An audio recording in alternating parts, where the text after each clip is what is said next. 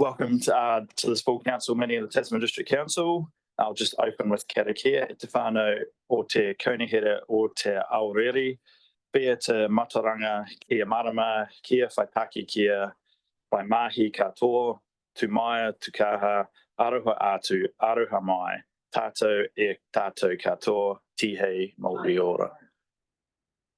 We have apologies from Councillor Mailing, Councillors Kinnamont and Councillor McKenzie. So if someone would like to move those, so move Councillor Dallas, seconded Councillor Hill. All in favour, please say aye. I will now move to the public forum. So we have 5 people registered, and I'll just work through them in the order that I have them on the agenda. So first we've got Marion Satherly, then Lee Curtis, Bruce Struthers, Melanie Drewery, and Mathias Schaeffner. So we'll go through in that order. Marion first.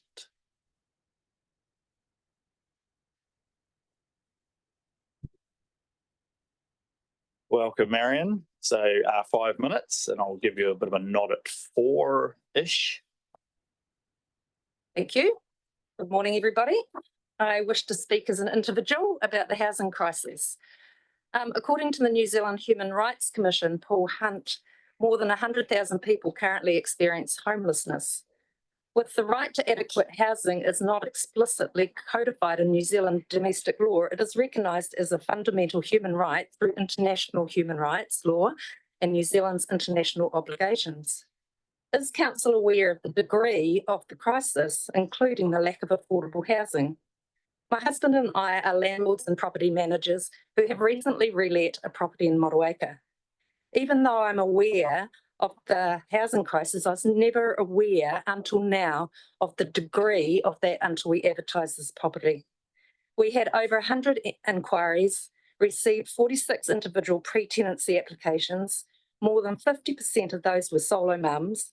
Solo parents get government assistance, but the amount they receive does not cover the medium tenancy rental. When I followed up on the references to shortlist those for viewing, I was surprised at the number of referees who commented that the person was a lovely tenant, and even though they would rent to them again, it would only be in a low-value property. Have you ever considered the despair felt by those looking for a roof over their heads, and then to discover that they are one of 46 bidding for the same property? We have been landlords and property owners for almost 20 years and have never been faced with so much desperation. I often wonder what happens to those who miss out. So my question to you, as our representatives elected to serve our communities, what are you doing to serve our community in this housing crisis? I listened to Councillor Greening's comments during the 12th of September council meeting when he questioned your stance with regard to the current targeting and prosecution of tiny home dwellers, not only in the housing crisis, but also knowing that central government is in the process of providing reform for minor homes. I noted your response, Tim, when you stated the council's role is operations, governance, legal matters, compliance processes, setting policy with administration, implementation, how enforcement is undertaken and followed through. What is council's policy regarding the service to community? Does council have a policy about how to interact with community in a humane manner? A policy that shows consideration of individual situations and empathy for those who are doing their best they can to help themselves within their means. Are you willing to turn people out of a warm shelter they have managed to create for themselves just because you are enforcing the policy? Are you so removed from the plight of others you are willing to put policy before humanity? Tim, in 2021, you opened a tiny home expo in Motueka and stated during the interview that you were aware of the issues tiny homes posed. With this knowledge back in 2021, what has council done in the last 3 years to ensure tiny home living is a more accessible option? Why has council not done more to recognise the need? Why has council not made amendments to policies to accommodate tiny homes? You might say it comes from government, yet council has the capacity to lobby government, the ability to say no to government, stating that the rules are not workable. Council can be lenient on tiny home dwellers to ensure it doesn't cause harm and allow these people to live in the warmth, peace and safety of their own tiny homes. Instead, according to what I've heard, council is actively harassing at least a half a dozen other tiny home dwellers in Tasman Village. Where do you envisage these people will live when there are no rentals available? As a ratepayer, I have hoped council was here to serve the entire community and do what it could to meet the needs of all. The most basic needs anyone ever has and should be entitled to without persecution is to have a roof over their head, a place they can call home where they can live in peace and not lose sleep. Sadly, council appear all too willing to throw them out on the street. All these tiny homes are located on somebody's property, and that somebody is a ratepayer. I understand the need to ensure sewerage is managed responsibly, and this is an easy item to manage. I do struggle to comprehend the inconsistencies within council policies when it comes to applying a policy to individuals compared to council applying policies to their own actions. What comes to mind is council's deliberate dumping of sewage in the Māpua estuary. I urge council to have a heart and to start showing some humanity to tiny home dwellers who are trying to help themselves in difficult times. Thank you for listening.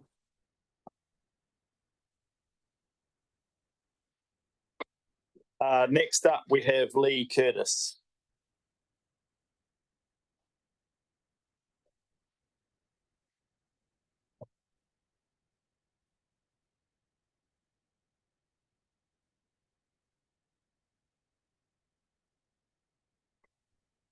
That's right. No worries. So 5 minutes and I'll just give you a nod at 4.5-ish. Right. Fine.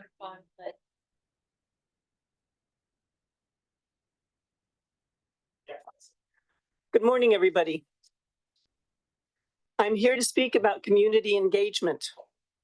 On the 2nd of October, 2 thought-provoking comments were made during the representation review meeting. The first comment was Christine's, who wondered whether the low level of community engagement in the process reflects community satisfaction. Councillor Greening suggested that it could also be that people are too busy or don't believe they will be heard. I would like to enlighten you about the thought process I and others go through when proposals are out for submission. The past couple of months, we've been bombarded with numerous consultations and submissions simultaneously. This is similar to the Christmas New Year period, when council nearly always puts out a multitude of consultations. The cynic in me thinks the timing is intentional, as it is when residents don't have the time or the headspace to respond. There is no one reason why people don't engage. Here are a few for your consideration. Many people are not aware of what is out for public consultation. It takes time to research and prepare a submission, time that many of us do not have. Not everyone has the skills to prepare a submission, but this should never impact whether or not they are heard. Ideally, a residents group that prepares and distributes submission templates would aid those with less time who lack the ability to prepare one for themselves. But council tends to question the validity of submissions that contain similar wording, even though many people share like views and have more than likely discussed their thoughts with others. Does council even take much notice of individual submissions? After all, ratepayers in this community aren't even considered community stakeholders. Stakeholders, iwi, private businesses and corporations, seem to have a wider audience with council. There is definitely mistrust towards council in the community. Council is not fully transparent, nor does it provide satisfactory explanations of why one decision was made over another. The financial rationale leaves many questioning competence. A risk-benefit analysis would be useful. I know council views its councillors as the conduit for residents, but a few councillors around this table appear to respond with their own personal opinions rather than the representative views of the community that elected them.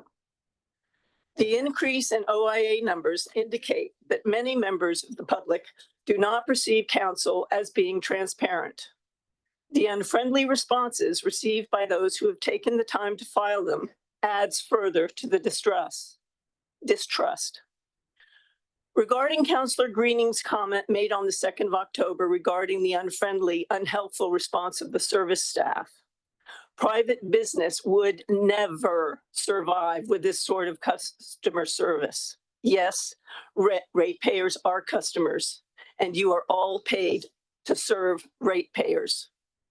Reports produced after a consultation are very obviously written with generous amounts of spin.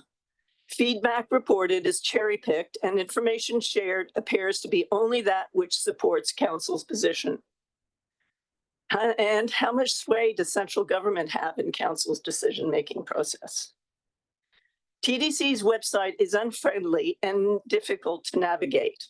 Finding detailed information is challenging and requires hefty amounts of patience and perseverance. I have run a variety of businesses during the past 40-odd years. I am well aware of what it takes to look after customers. The biggest problem council has with providing service to its customers is the fact that the bottom line never personally impacts any of you financially. If things get tough, you just shift the costs onto your customer, the ratepayer.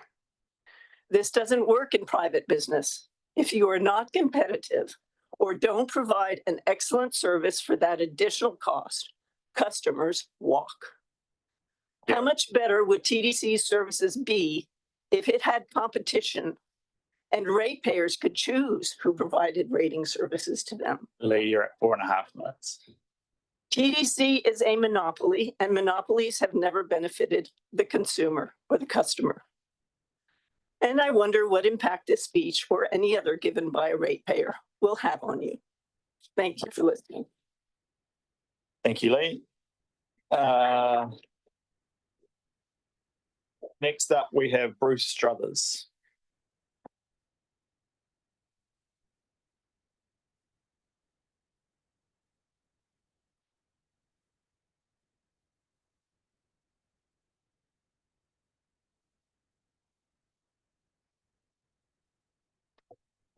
I hope this isn't offensive.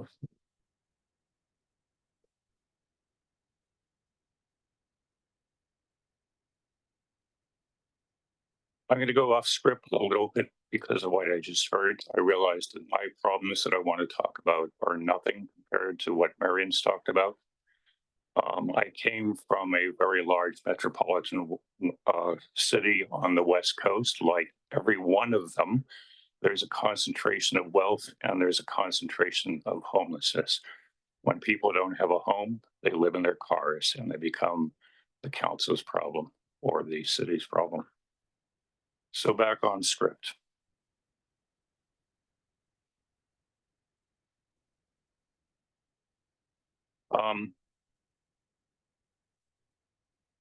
I've looked at the draft Māpua master plan, and I appreciate those steering committee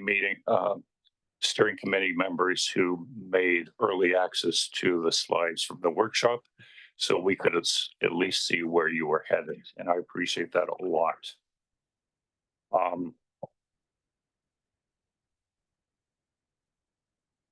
I would just point out that some of the highfalutin words describing the success of the master plan are sounding vaguely familiar. Namely, streets for people. I got to call into question whether this plan is actually ready, even though you did hear me in the last meeting saying, please hurry up with it. I'll acknowledge that. In 2023, the master plan was created out of several parallel efforts, which were all going and affecting the Māpua area.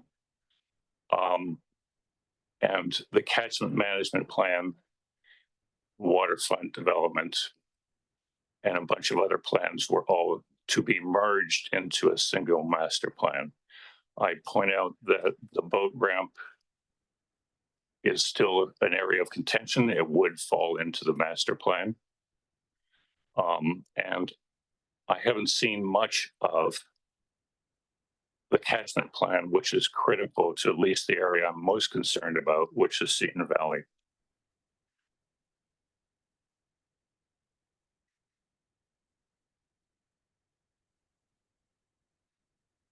I do appreciate the detail that has been provided in the plan, but I don't have any idea what's going to show up first, what will be implemented first, and I would call that out as a lacking. My personal opinion is if, as the residents did feedback and the flats of Seton Valley would work as recreational fields and wetlands, shouldn't that go first? I call into question uses of phrases like high quality design. I've seen too many examples in my walks in the area where there appears to be no sensitivity to the homes and the aesthetic of Māpua and Ruby Bay, which is pretty much acknowledged as a dog's breakfast. There's no one single way of defining what's an appropriate home in Māpua. Black steel boxes, I don't think have any place. They're already all over the district. And I would say that it's not possible to keep the acknowledged productive green fields that are in Seton Valley in particular, and at 204 Pomona Road specifically, and maintain the character and identity of Māpua, because the sheep are homeless. I have to ask if the plan is really necessary, given the flurry of activity by developers in inundating your resource planning through with applications for subdivisions. I've given you a footprint of those that I have identified and the housing counts that result from those, if they were all to be granted. And unfortunately, Top South maps didn't show in full yellow the footprint that has been provided in the master plan of the area that you're considering. I would point out that we may have enough houses in the pipeline already without you doing anything in the plan. I asked the project manager, who are the stakeholders, and got a less than satisfactory response, which pretty much looks like this. Lots of black, lots of information redacted. What was insult to injury when I looked at the Māpua Master Plan Communications Plan and saw all the same organizations listed in this redacted copy of the register clearly presented. That could have taken 2 minutes. 4.5 minutes. Thank you.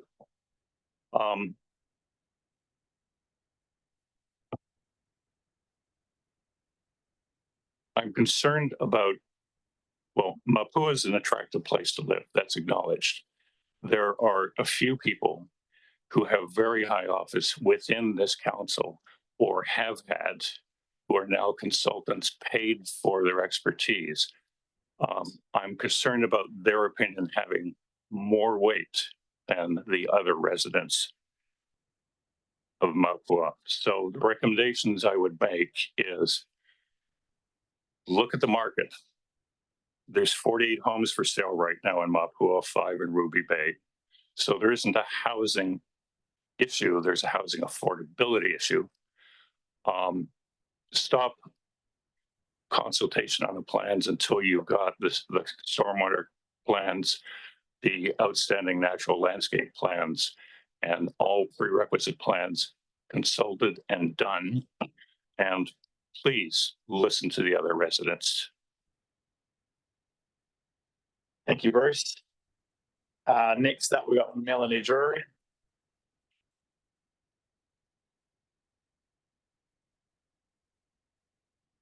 Richard, there's a couple of what I'm going to say, we can have a look at later if you want, but also on the back, there's a page from the latest master plan draft. So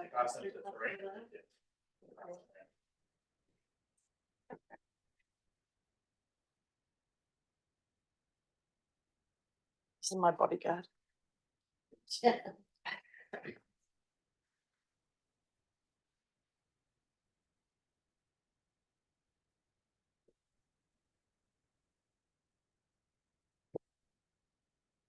Over to you, Melanie, whenever you wish to start, and I'll give you a nod at 4.5 minutes. Thank you.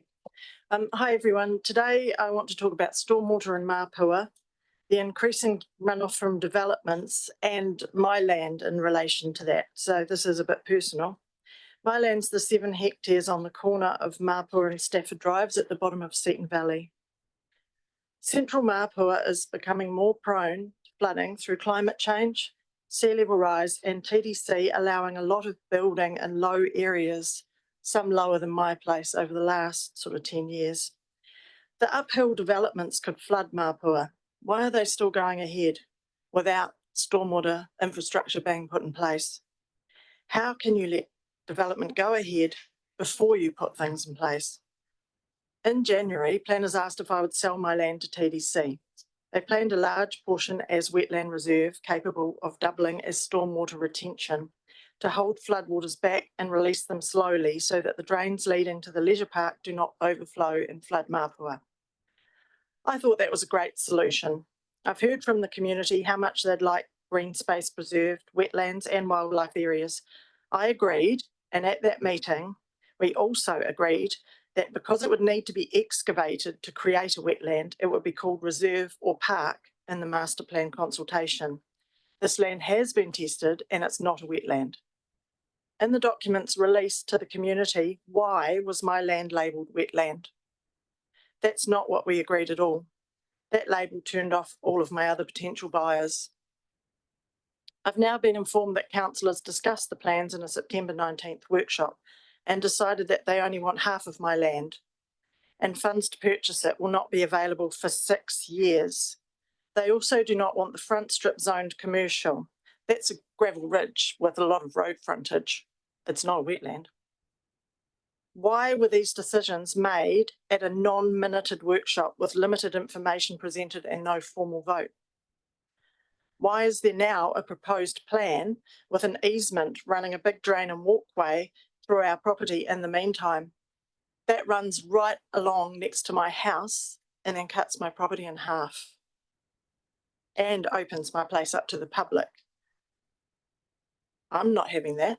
Why is half of my land still being shown as wetlands on the new master plan drafts, even though a man apologised to me about it?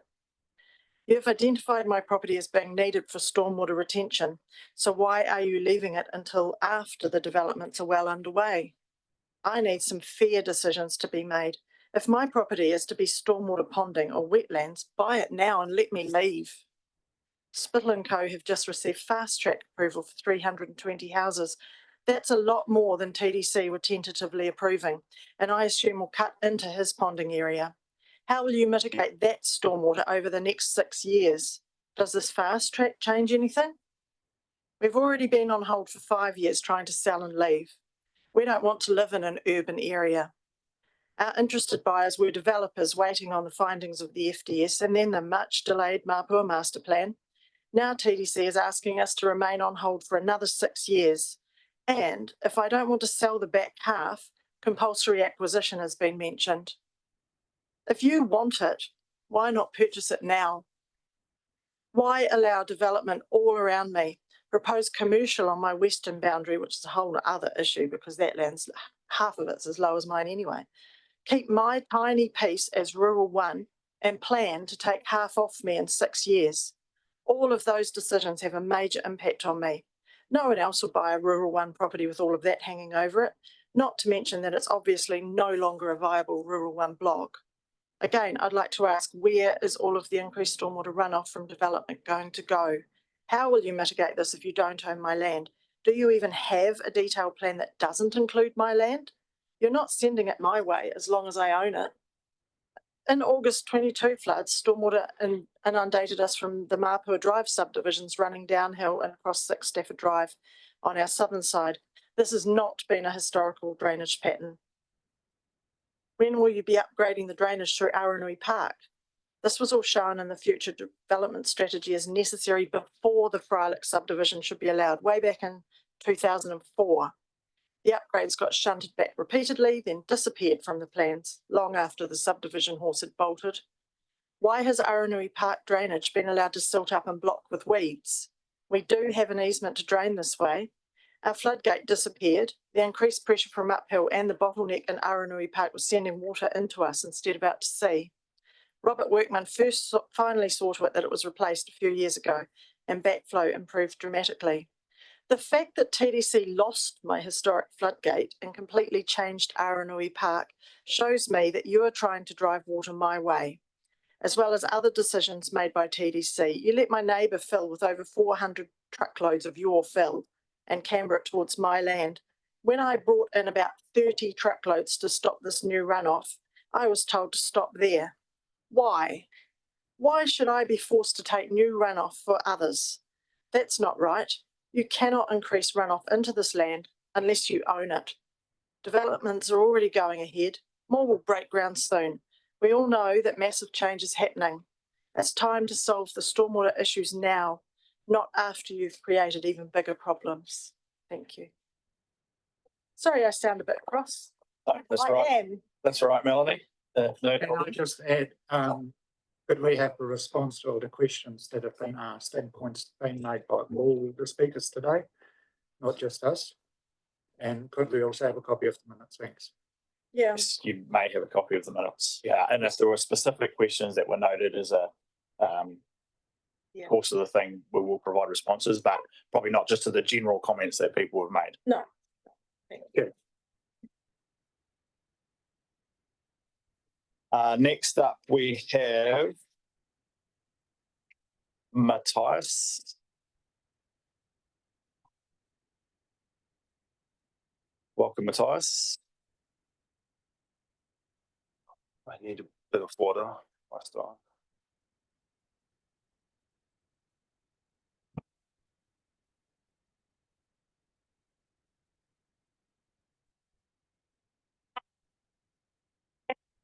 So you know the drill. So I'll give you a nod with 30 seconds-ish to go. Okay, cool. Thank you. Good morning.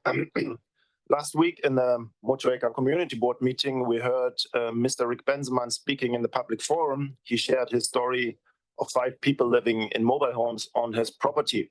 He received an abatement notice for these mobile homes, and the people living in there have to leave now.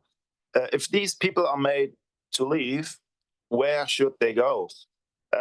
And during that meeting last week, the community board members raised concerns, and I would say they even advocated to put the enforcement of the abatement notice on hold. Councillor Mayoral made some good comments, I think. He said, can we just hold the abatement notices if there's no environmental risk? The rules exist. If there's an environmental issue, then I get it. But if it's just a breach of the 8-week rule, to enforce an abatement notice just doesn't seem right to me. And that comment is perfectly in line with the GMP, which says in regulating activities through the use of rules in the plan, the council must have regard to the actual or potential adverse effect on the environment, quote end. That sounds like the right approach to me, to stop abatement notices when there's no environmental effects. But what are we doing about all the other peoples beside Benzeman who already got an abatement notice, or even the people that did not get an abatement notice, but instead an enforcement action for from the court? Would you also advocate in the same way for all of these people that you did last week in your meeting? The chair of the community board meeting said in that meeting, we had quite a number of people contacting us individually or come to speak here. A lot were scared to come and speak here because of potential repercussions that will happen, quote. And we can totally confirm this statement from our end.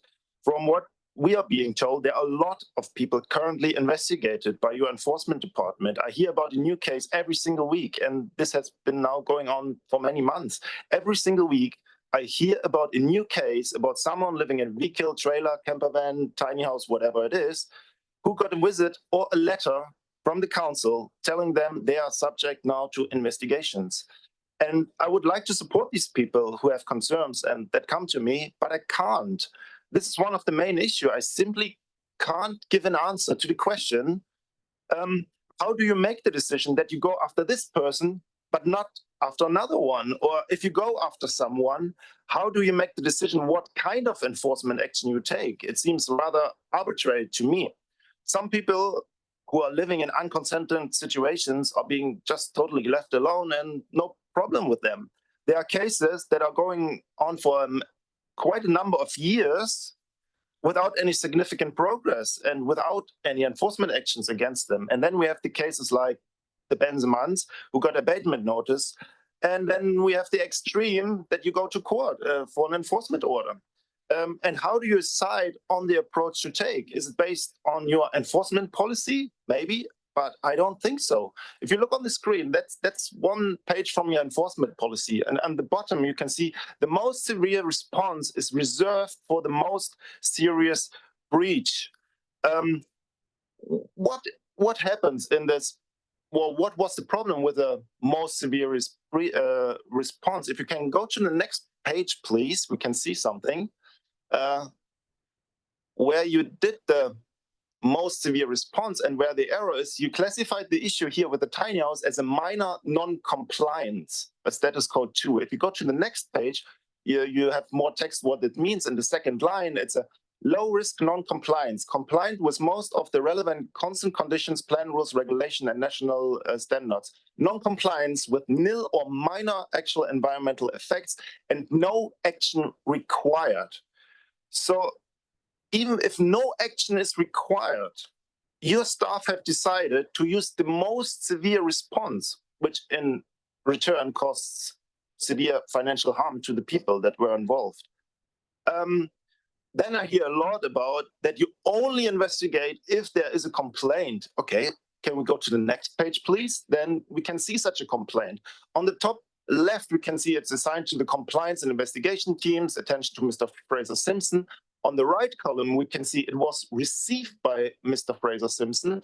And under this gray box, there we can see caller information. That's the person who complained. And the name of this person is Anonymous Simpson. And the phone number is, I guess, the phone number of the Tasman District Council. So another enforcement officer was asked about this issue. And that's where the discussions we can see on the next page. And do you see under phone that telephone number there? Do you see it? I do. Do you recognize that this is the Tasman District Council's telephone number? Yes. Might we take from this that the person who's made the complaint works for the Tasman District Council? Maybe. I think maybe is not enough when we talk about a housing crisis. So if we can go to the next page, please. That's your beautiful looking tiny house guide where you give guidance to people what they can and cannot do. So the question I think someone asked around here, I cannot remember who it was, why people not just paying $1,000, $2,000 and then they get their resource consent and they won't have any issue with enforcement. Why not just doing this? I know of one case where the landowner tried to get a resource consent for a mobile home that looks very similar to what's there on screen. And I think by now, she paid more than $20,000, but still has no resource consent because there's always just another thing and you need to pay more and another thing. And I think the latest issue with this landowner was that there was a complaint from the neighbor because of visual impact. And this neighbor is kilometers away and cannot even see the mobile home on the neighboring property. And I think this was the case that Councillor Dowler mentioned in the last Tuesday's meeting. And whether or not this neighbor works for the Tasman District Council, I leave it up for your imagination because I'm not allowed to criticizing staff here. So you write in your beautiful tiny house guide, a building includes any vehicle, trailer, tent, caravan, boat, whether fixed or movable, if it's used as a place for long-term accommodation, quote end. I mean, that's wrong. And that's the problem, what I'm having with this tiny house guide. If we can go please to the next page, that we can see it. There's the question, is my tiny house a building under the TMP? Answer, yes, if it is lived in for more than 2 calendar months per year. This is also what Rick Benzeman was told by the council. And the issue is, and with this guide, that is just incorrect. There is no such rule that a vehicle needs a resource consent when someone lives in there for more than 2 months. This is not written in the TMP and it's not written in the Resource Management Act. But then what is the rule? Because you are always talking about the rules and you have workshops, and now the 4th workshop in December is coming up and it's so hard to change the rules. So what's its rule? It's definitely not in this guide. But if we go to the next page, and this piece of paper was really hard to find for me, but this is your submission that you made on the Spatial Planning Build and Natural and Built Environment Bill last year in March. And in this piece of paper, you show that you're actually fully aware what the problem and what the rule is. And we can see it on the next page.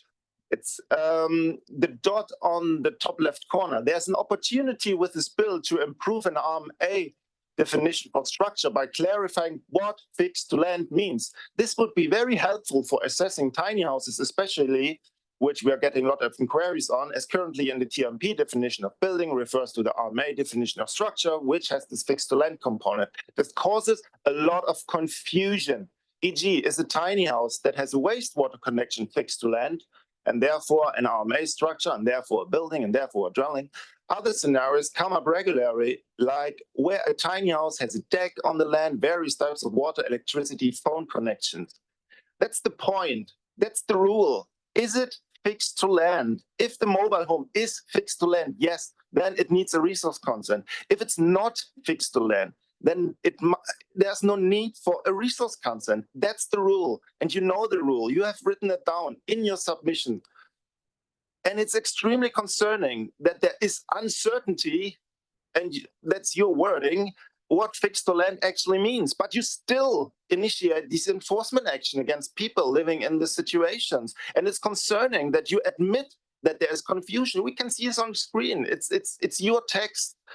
But there's a lot of inquiries about this from people, and you don't give them proper information. And it's extremely concerning that you don't tell this to the people. Not in your tiny house guide, and not in letters to write them, and not to Mr. Rick Benzeman. But you know that this is the test that you have to perform. Is the tiny home fixed to land or not? Instead, you go to people and say, just saying, yeah, it's more than 2 months, you need a resource consent or you have to go. That's it. And if someone comes to me, Last year, 9.5. yeah, thank you. I simply don't know what I should tell them, and that's frustrating. So I'm asking you to please publish a statement that includes, is a complaint filed and investigated by your staff still considered a complaint? And what enforcement action can people expect, and based on what criteria? And why are there so many cases at the moment, especially abatement notices, when this very topic, what you see on screen, is currently under appeal in the High Court, and you know yourself that you don't know what the rules actually are? And what do we do with all of the people that are currently under investigation, and they have fear losing their home? There seems to be a tension between the well-being of the community and the financial well-being of this council. And I think it's your job to handle this. And I think you have to handle this with urgency. Thank you very much. Thank you, Mathias.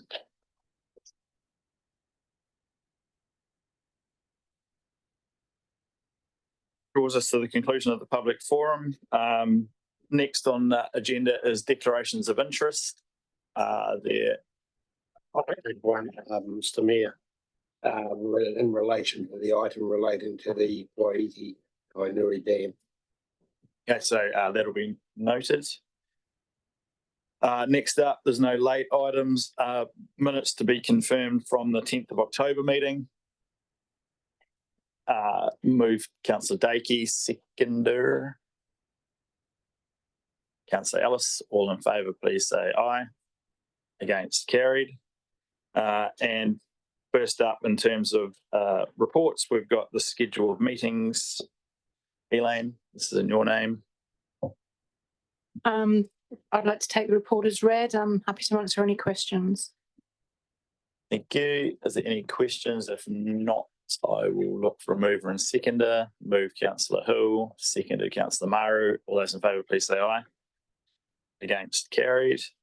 Next up is the appointment of an electoral officer. Elaine.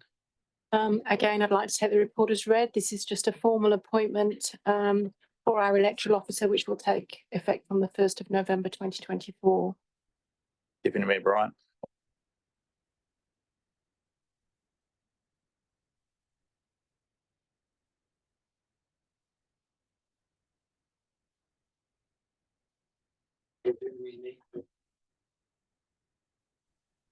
Can't hear you, Stuart.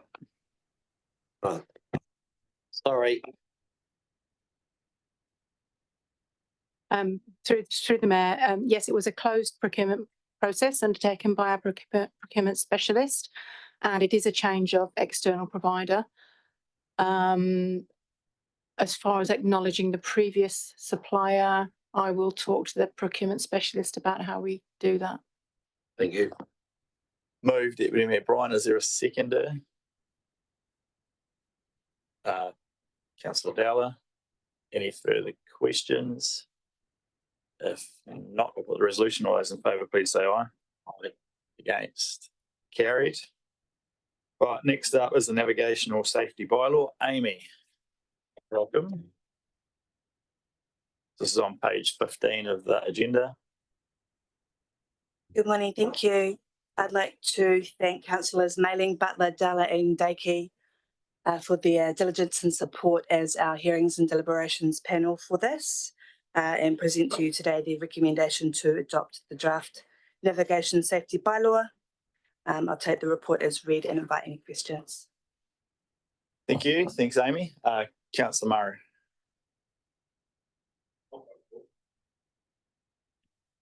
Thank you, Mr. Mayor. I think I've just got one question, Amy. It's 12.1, page 12. In terms of the swimming, no person shall jump, dive, swim or undertake related activities within 50 metres of a landing place.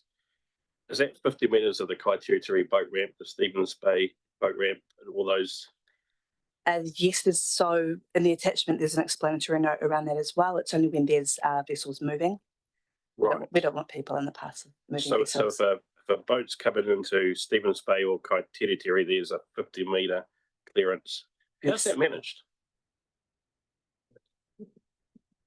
I'm just asking in terms of, I get rules, but if rules are pretty hard to enforce, and I suspect Kaitieri, where Waterworld was last year, was certainly not 50 metres from the boat ramp. Is that going to stop action? Boat come in? I'm just not sure how it works. Because I was looking to see if there was any exemptions, and I couldn't find any specific site exemptions. Same with Stevens Bay. If the boat comes in, Māpua, have they got a boat ramp in Māpua?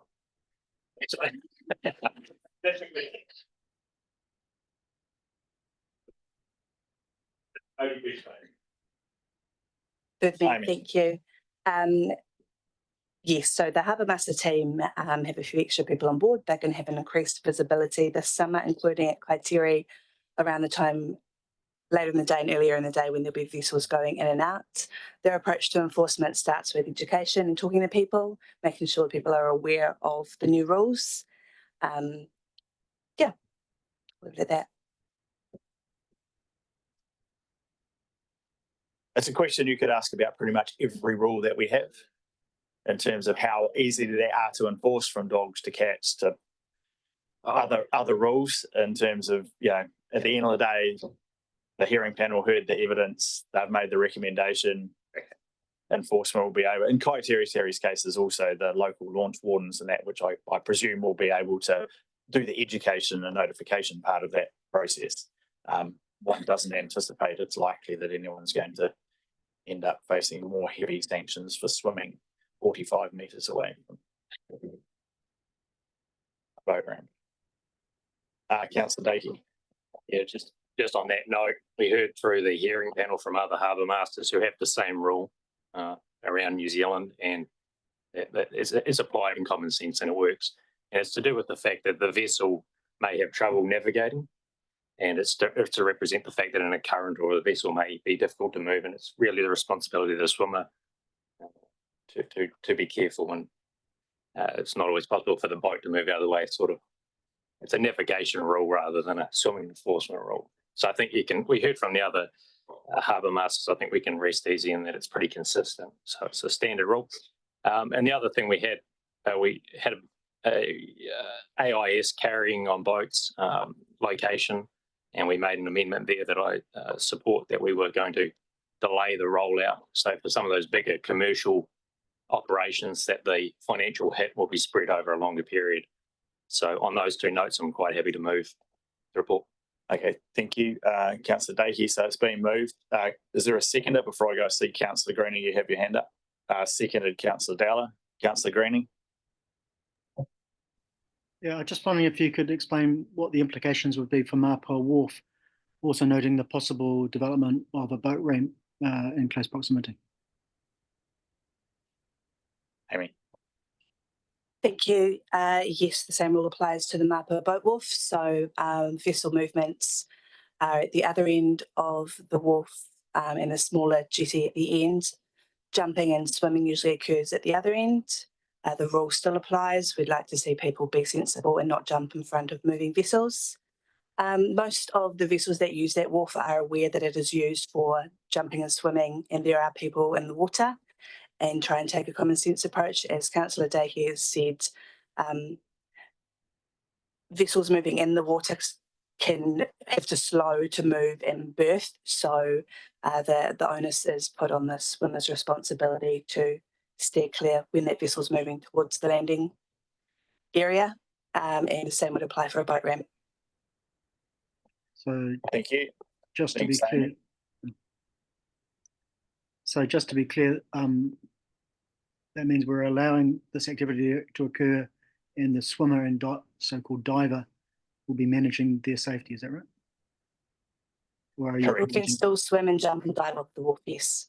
So so that's right, Councillor Greening. So yeah, when a boat is approaching the landing area, be it a boat ramp or in the case of Māpua, the jetty, it's then the swimmer's responsibility to stay clear of that moving vessel. Okay, anything further? If not, it's been moved and seconded. I'd just like to add my thanks to the hearing panel, as this has been kind of in play for quite a long period of time. It is quite complicated and complex, covers a huge area of the district and a whole lot of different situations and circumstances. So to all those who are on the hearing panel, thanks very much for your time and effort. I'll put the resolution. All those in favour, please say aye. Against? Carried. Next up, we have River Stock Bank Recompense Policy. David.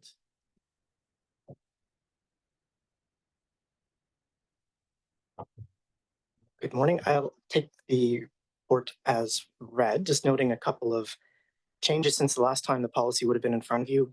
Moving to everybody gets it by default, and we have to sort of actively exclude people just to simplify the administration and make it a bit more fair. And just clarifying how the payments themselves are made. So we'll take any questions if there are any. Okay, thank you. It's open for questions and or moving and seconding. Councillor Dakey. Yes, I had a question. The payments range from $100 to $1,500. Just a comment there, the 100, sometimes processing these things might cost more than the actual benefit, but just that's a note. And here it says that the long-term budget was not provided in the LTP, but it will be provided from the rivers and operational budgets until the next process, LTP process. I would have expected that it would be continued to be funded from river operations going forward. Do you have a comment on that? Absolutely. It's all coming out of the river activity budget, so funded through the targeted river rate. So regardless of, it would be more just explicitly identifying that as an item to consider in the entire sort of river rating load, along with all of the other operational activities that we carry out. Okay, thank you. Councillor Walker. Yeah, thank you, through me. Thank you, David. I have a couple of questions. One is with the changes that you're putting through today, or proposed changes. In bullet point 4.3, it says that we were not due to the underlying land ownership model that we currently had that enabled you to have full access. Are we sure that if we put this through that you're going to be able to get that access? It's not a guarantee. We have a statutory right to access these areas to maintain our stop banks. But the plain and simple, under the Soil Conservation River Control Act, it's not necessarily the heavy-handed approach we always like to take to do this work. So this is also an opportunity for us to have more collaborative relationships where we're actively engaging with them on the maintenance of the stop banks, and ideally long term. We have land access agreements with Wakatu and Whakarewa in particular, but perhaps formalizing those agreements with individual landowners as well that are not leasees of those entities. But no, so it has been challenging, and part of the benefit of the work that we're doing with the Before the Deluge funding is an opportunity to really kind of establish that boundary, install fences, not on the sort of landowners or leasees cost, and kind of create a clean slate to start the whole maintenance program moving forward. Okay, and if I may, another question is 4.8. The objective of the policy is to provide financial recognition of the flood protection benefits and provide the private landowners who demonstrate good management standards around the stock banks. And I note further in the report, it talks about good practice as opposed to good management standards, good land management. Are the people aware who this impacts and what good practice looks like? Have we taken them on the journey to explain the difference between the old wording to the new wording? And who's the judge? What tool are we using to make sure that the good practice is being delivered? And where does that money come from to deliver us working out whether they're ticking the correct box or not? Go down the list of, there will be an accompanying brochure. There is a brochure right now on our site that talks about responsible landowner practices when you have a stop bank on your property. It's pretty basic stuff in that try not to run cattle over it, because cattle are quite destructive to the stop banks. Don't intentionally damage it. That's about it, actually. As long as they keep the cattle off of it and they don't, accidentally weed spray all the grass off of it and leave it barren. So there is an actual brochure that goes along with this. As for the old way, new way, it's never been. We're not actually changing anything. We're highlighting the rules that are already in place. For example, it's not a permitted activity under the TRMP to run cattle on stop banks. It's an offense under the Soil Conservation River Control Act to impair or otherwise interfere with flood protection structures. But we're trying to provide that recognition of the fact that these structures are on the property and they do impact the use of the property. We don't have to give it, but it's a sort of incentive to help us take care of them in their way. And that was one thing we did clarify with some of the submitters on it, is the impression that we were offloading maintenance responsibility of the stop banks onto the landowners, but that's not the case. It's still our BAU and the river management team to inspect and maintain these stop banks. There will be no additional cost or effort associated with this. It's just part of what we do.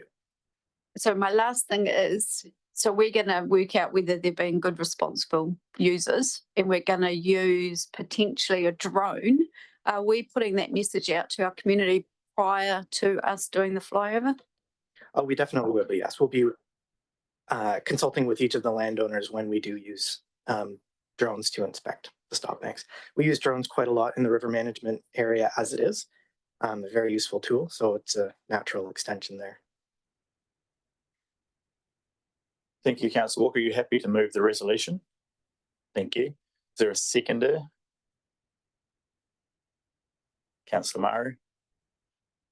Any further questions? If not, I'll put the resolution. All those in favour, please say aye. Against, carried. Thank you. Next up, also under David's name, is the River Management Section 17A Delivery of Services Review. So on page 125. Another one I'll take as read if you don't mind. It's a bit of an odd topic, but I'm happy to take any questions. There's a bit of nuance to the report. Deputy Mayor Bryant. Thank you, Mayor Tim.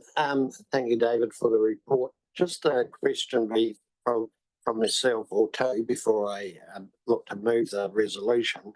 Just in relation to the delivery of services review, I see you're indicating that that may not happen now to 2027. That does seem a little while away, and I'm a little bit concerned about that, particularly in relation to Murchison, where we are getting our report done, and that may well be the catalyst for some changes around how we manage the rivers in the southern area of the district. Just wondered if you have any comment. Is there the opportunity to make minor amendments to that plan if we need to? Absolutely, Deputy Mayor. I think that the 17A review is probably much higher level than we're thinking. It's decisions about should we carve off our river management activity into a CCO? Should we bring a contracting arm in-house to council rather than having an external contractor provide that service delivery? Lower level changes is in tweaking what areas we do rate and do provide services in is something entirely within the remit of the activity itself. I don't believe that would require a 17A review.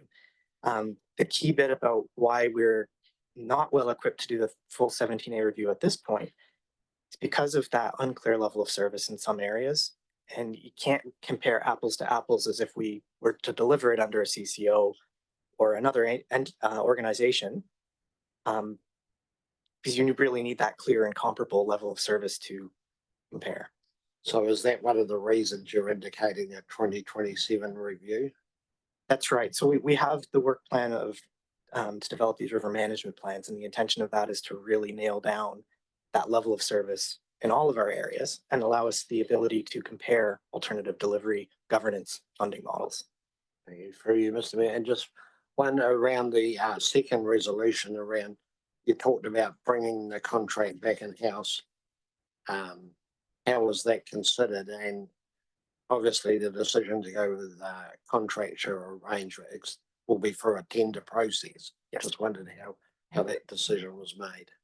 As opposed to, say, obtaining equipment in-house and having TDC operators basically run. At this point, I think the startup costs to enable that would be prohibitive at this point. Potentially in the future, we could find an arrangement that does become cost effective. But for the time being, the current arrangement is working quite well. And we didn't feel that there would be any benefit to changing that at this time. Thank you. With that, Mr. Mayor, I'm happy to move the two recommendations that are currently on the screen as they are. Okay, thank you, Deputy Mayor Bryant. So it's been moved. I'll look for a seconder. Councillor Dakey, are there any other questions or comments in relation to that? Councillor Dowler. Just won't slow down the LiDAR stuff that's happening on the rivers at the moment regarding shingle extraction, etc. That will still continue. Absolutely. Okay, thank you. I'll put the resolution. All those in favour, please say aye. Against, carried. Thank you. Next up is the public notification approval for some leases and renewals. Margot and Rob, over to you. So we'll take another couple of items. Hopefully we'll get through and we'll break at 11ish. Grab a cup of tea. Margot, Rob, who's Thank you, Mr. Mayor. Well, these are, as you can see, two different leases which are taking a bit of a priority for a couple of different reasons. One is a new use of an existing part of a reserve for a building. And the way the Reserves Act's written, we have to go through a public notification process. So we're asking you to approve that. That's the Mohua MenzShed. And the Brightwater Scouts have been quite active in recent times. And they've now got a new leader who's doing some really good work in terms of fundraising for to upgrade the building that they're in Brightwater. So we're pretty keen to help them along. That's an existing activity contemplated in a management plan, so it doesn't need public notification. So I'm happy, or we're happy to take any questions. okay? Thank you, Councillor Shellcrest and Councillor Hill. You first, Dan. Yep, just probably on the Brightwater Scouts more than the Golden Bay one. Definitely more of a comment than a question. It's a group that was definitely pretty smashed around in COVID, and they've got some really good new leaders and lots of things happening. So I'm definitely happy to move that one, and I'll let Chris carry on with her one. Thank you. Thanks. Yeah. Some good work has happened around our old scout den in Mohua. So I appreciate the efforts that's gone into finding both finding a home for the MenzShed, but also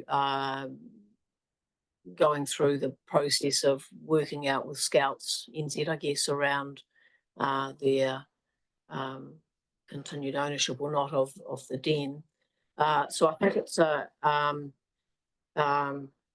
a really good option. I think the MenzShed folk are really happy to be there. I've chaired the Rec Park Management Committee, and this comes to us to say, yes, we'd like council to approve the lease. So the people involved in that committee are really happy with the decision. I've expressed this before, perhaps at home, but MenzShed, we went through a process with MenzShed around a lease on the Rec Park itself for a new build. And it was quite a long process. It would have used quite a bit of staff time. We had to do a public consultation for it. There was a lot of support for MenzShed to better do that. And so we gave approval here for a lease up on the Rec Park for a new build. And there was a lot of support in the community came through in the consultation process. But I think that when they looked at, got somebody involved to look at actually what it's going to take to bring about the building, there was some obvious issues around sewerage and other matters. And I think it became clear to them that it wasn't going to be achievable without a huge amount of money. So my caution is that when we're looking at groups who very well intentioned, good motives, they'll contribute fantastically, but we need to be sharper, I think, perhaps on their behalf, so that we don't go through that whole wasted process. It has ended up in a good result, but I'm not sure. I don't know that we were remiss if people come forward and say we're going to be able to do this, that we'd grant a lease. But there was a pretty very early on after that it was apparent that actually this is more difficult than it's going to be for them than they anticipated. So I just have that. I'd like us to, I'll certainly be aware of really pressing a little further about what's required for people to demonstrate they're going to be able to pull it off. If we didn't have public consultation processes because it's reserved, it's a bit different, but to go through that cost and time. Anywho, I'm happy to second the resolution, and I think we've ended up with a really good result over there and some lovely history they've brought forward around where the den came from, down at Clifton somewhere, pretty old parts of it, and they're doing a fantastic job in uplifting it. So big story. There you go. Thank you.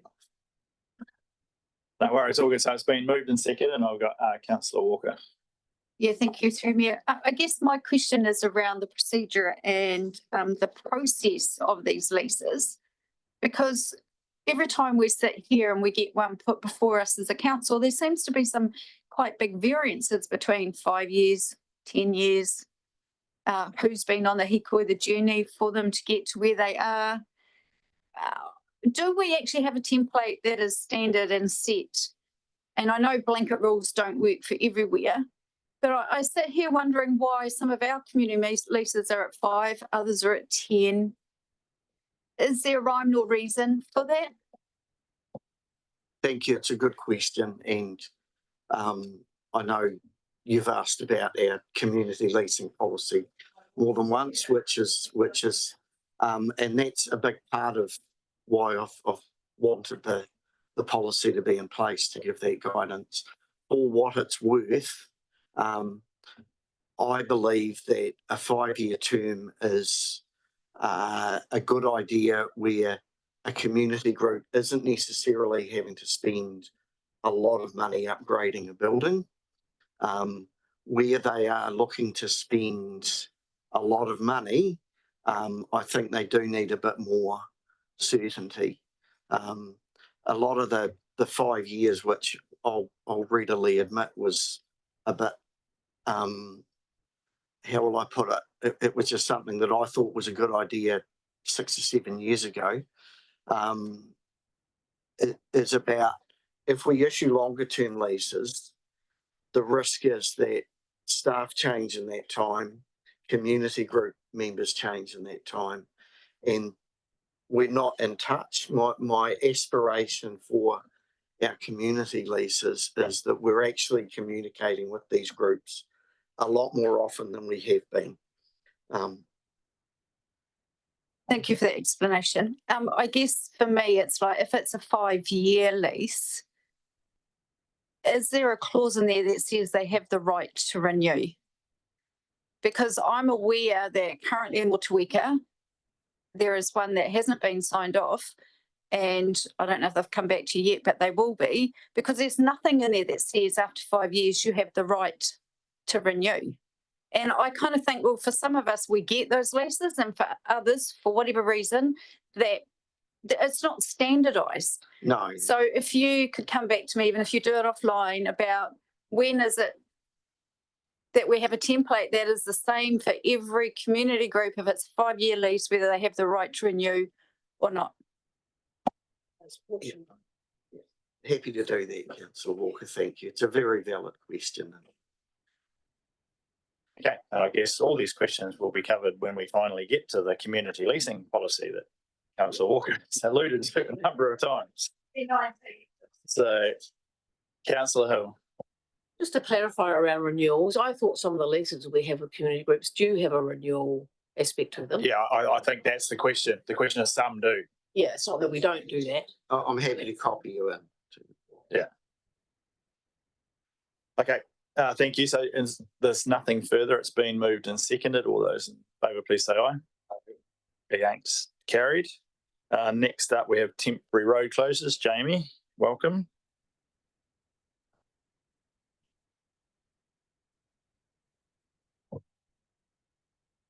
Thank you and good morning, councillors and Mr. Mayor. I'm happy to take this report as read, answer any questions.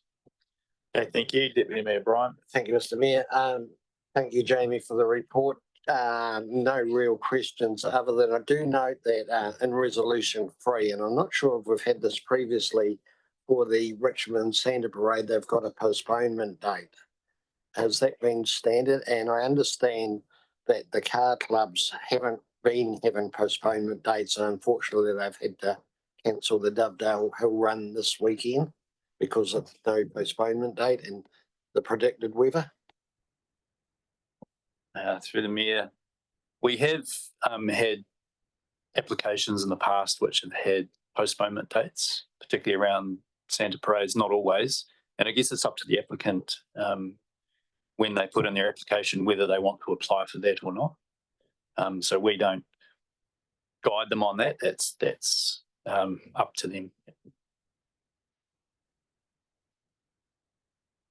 Car club, that's a huge benefit to the merchants and community, so it'd be good for someone perhaps to indicate that maybe that might be myself, that postponement date would be a good idea going forward. Yes, good point, and we'll probably put that in the sort of terms and conditions or the bullet points that we have on our application form, just encouraging applicants to think about that. But as these are all traditional activities, I'm happy to move, Mr. Mayor. Okay, thank you, Deputy Mayor Bryant. Is there a seconder? Councillor Ellis. All those in favour, please say aye. Against, carried. And seeing as you're still here, Jamie, and you're speaking to the next one, which may take a little longer, we'll certainly start it.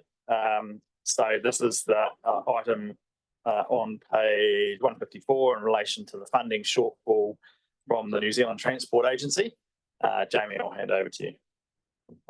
Thank you.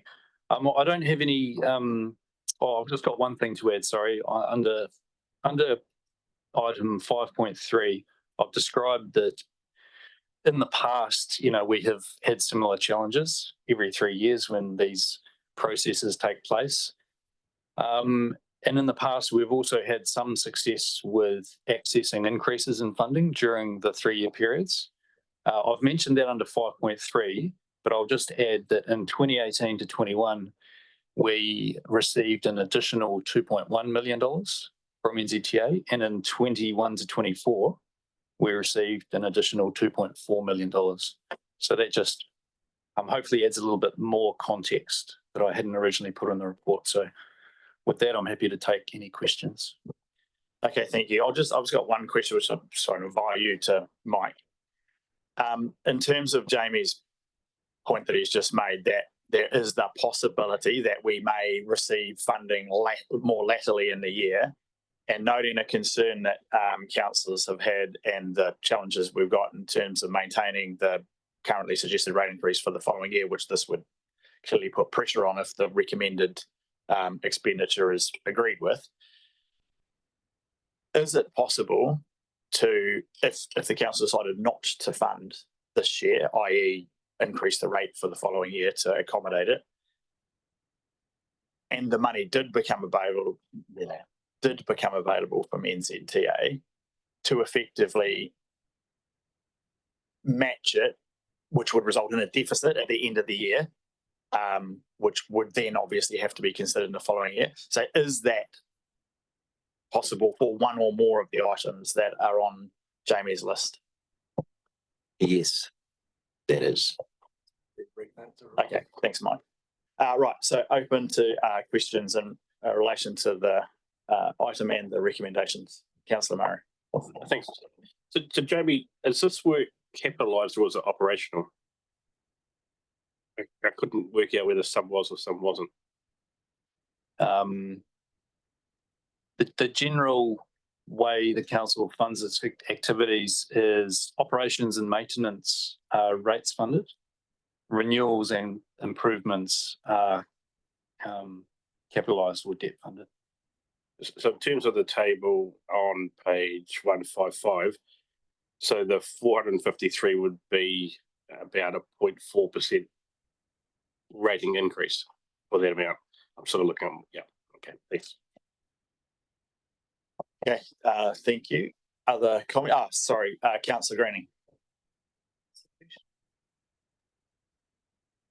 Yeah, just wondering why the offsetting is only confined to the transport space. Is there an opportunity for council to consider doing these activities but actually funding them from not doing other activities outside of transport? For example, perhaps rather than investing capital in a community hall, actually shifting it to this kind of infrastructure. I presume the answer, given it's general rate funded, is yes, but I'll get it from Mike. For general rate funded activities, the Mayor is correct. You can do that.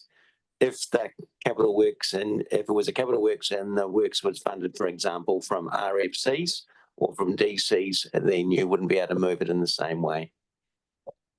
So I'm sure that other councillors are keen to minimise the rates impact, given rates increases that have occurred and the financial pressure currently on council. But I do wonder if there should be a resolution, and maybe the chair would want to move the resolution, given his concern about rates increases, so that we can do this important work, but it's funded from other capital investment.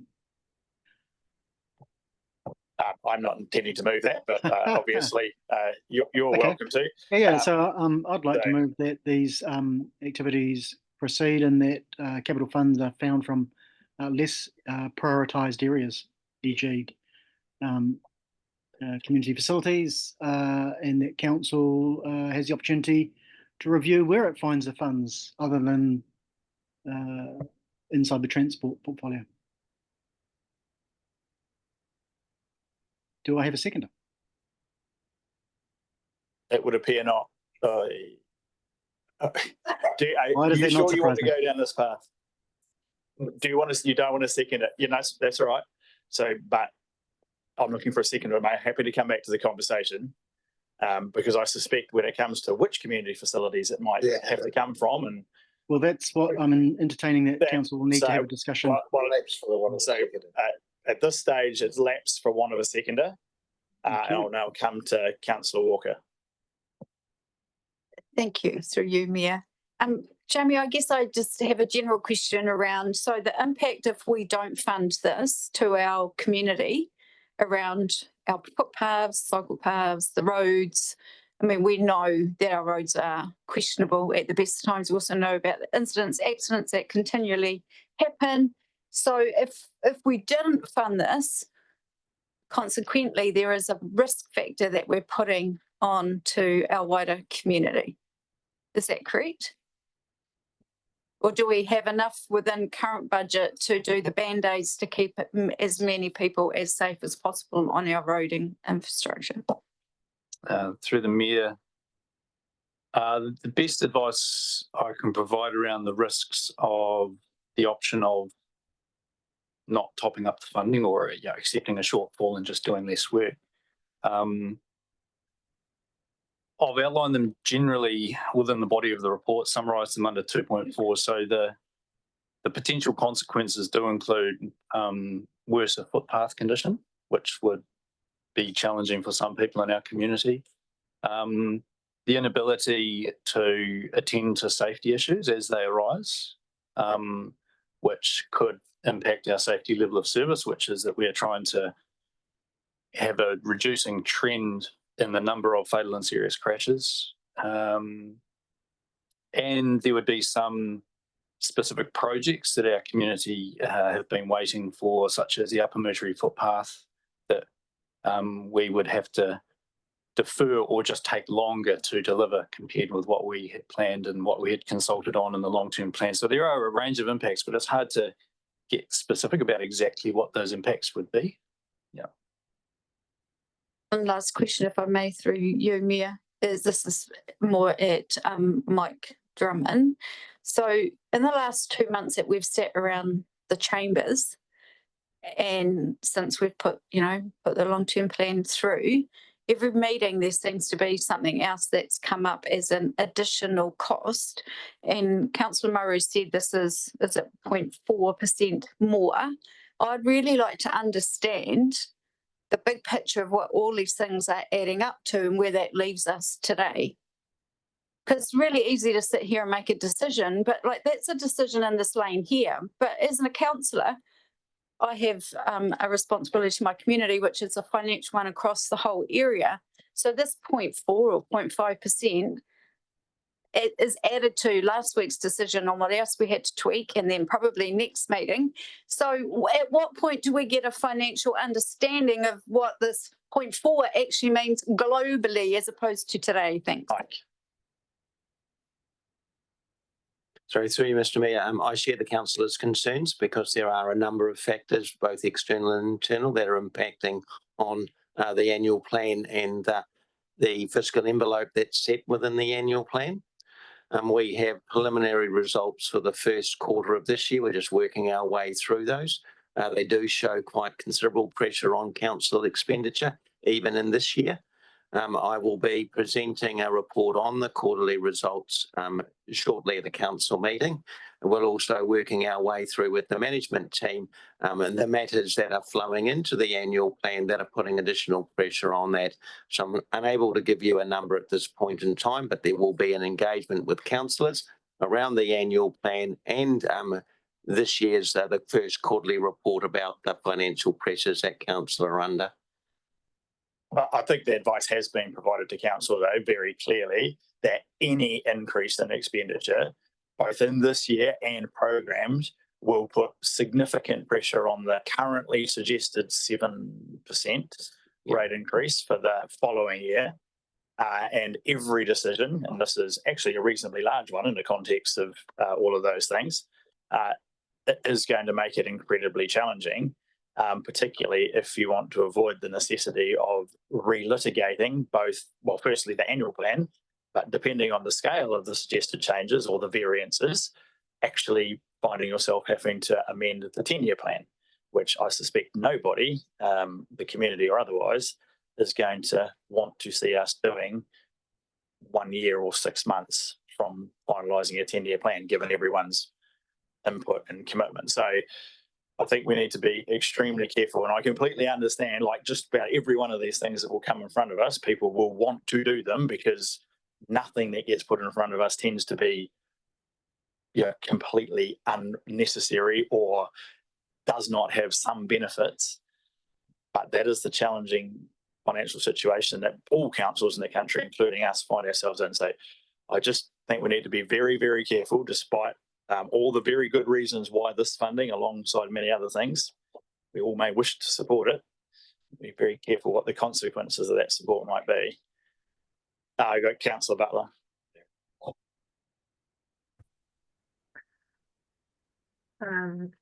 Thank you. My question is about NZTA and whether or not the method of funding or the likelihood of them funding things in the future. You've referred, Jamie, to us having got funds from NZTA, after the event previously.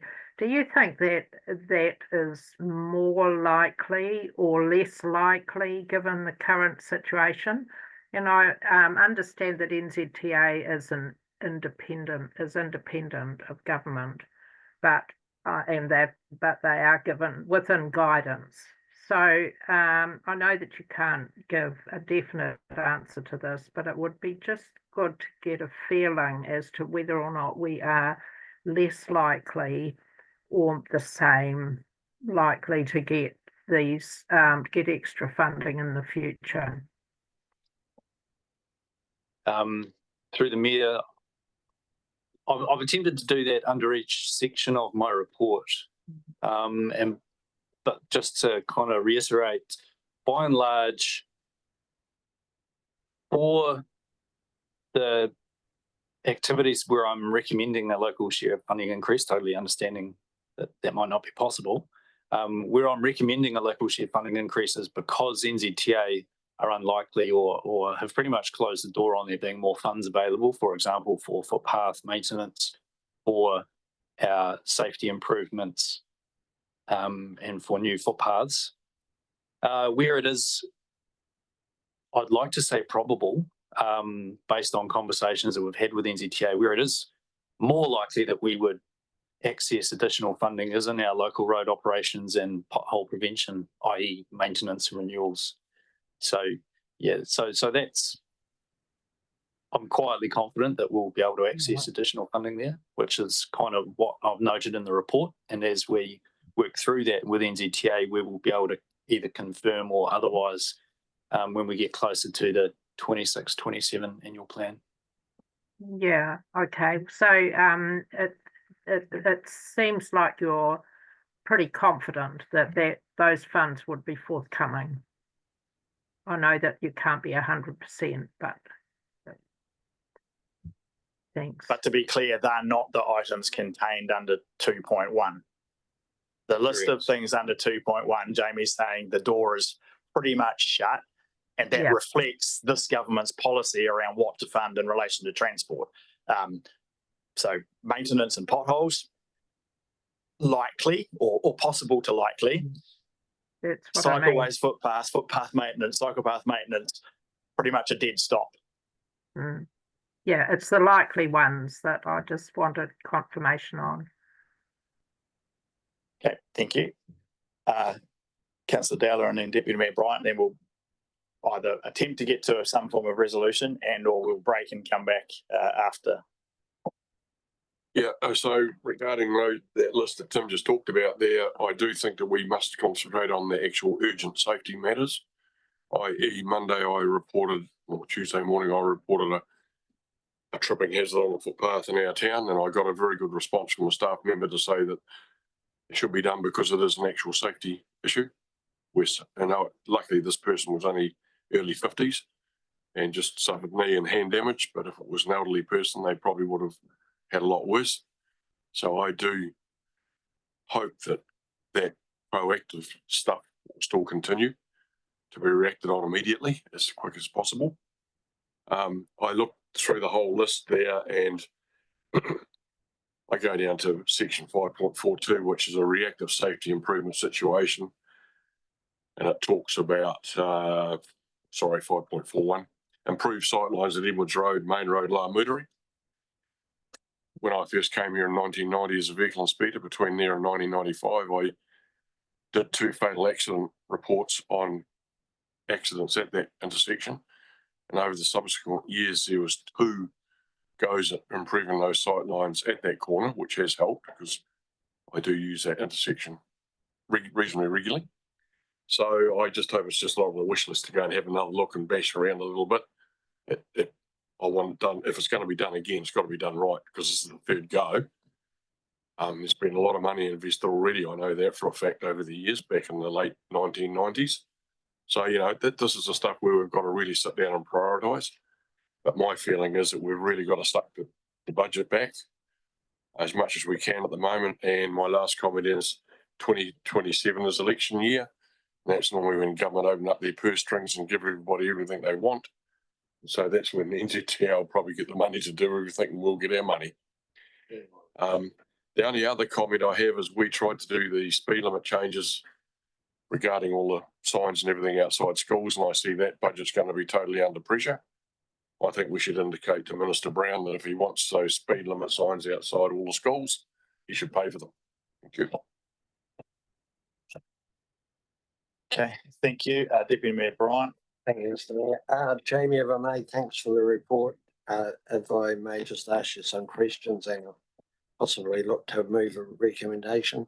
Just in relation on page 160, just on relation to the low cost, low risk improvements. And Councillor Dowell has just alluded it to the speed management plan implementation. We've had a bit of notification around changes there. Will that affect those budgets? And is that the NZTA just our share or the total? No, they're 500,000 in each year. Through the Mayor. So table in section 5.29, where I've got the table, those are the total LTP budgets, of which NZTA had been assumed to fund 51%. So under the, I'll talk a little bit maybe about the speed management plan implementation though, and particularly around schools.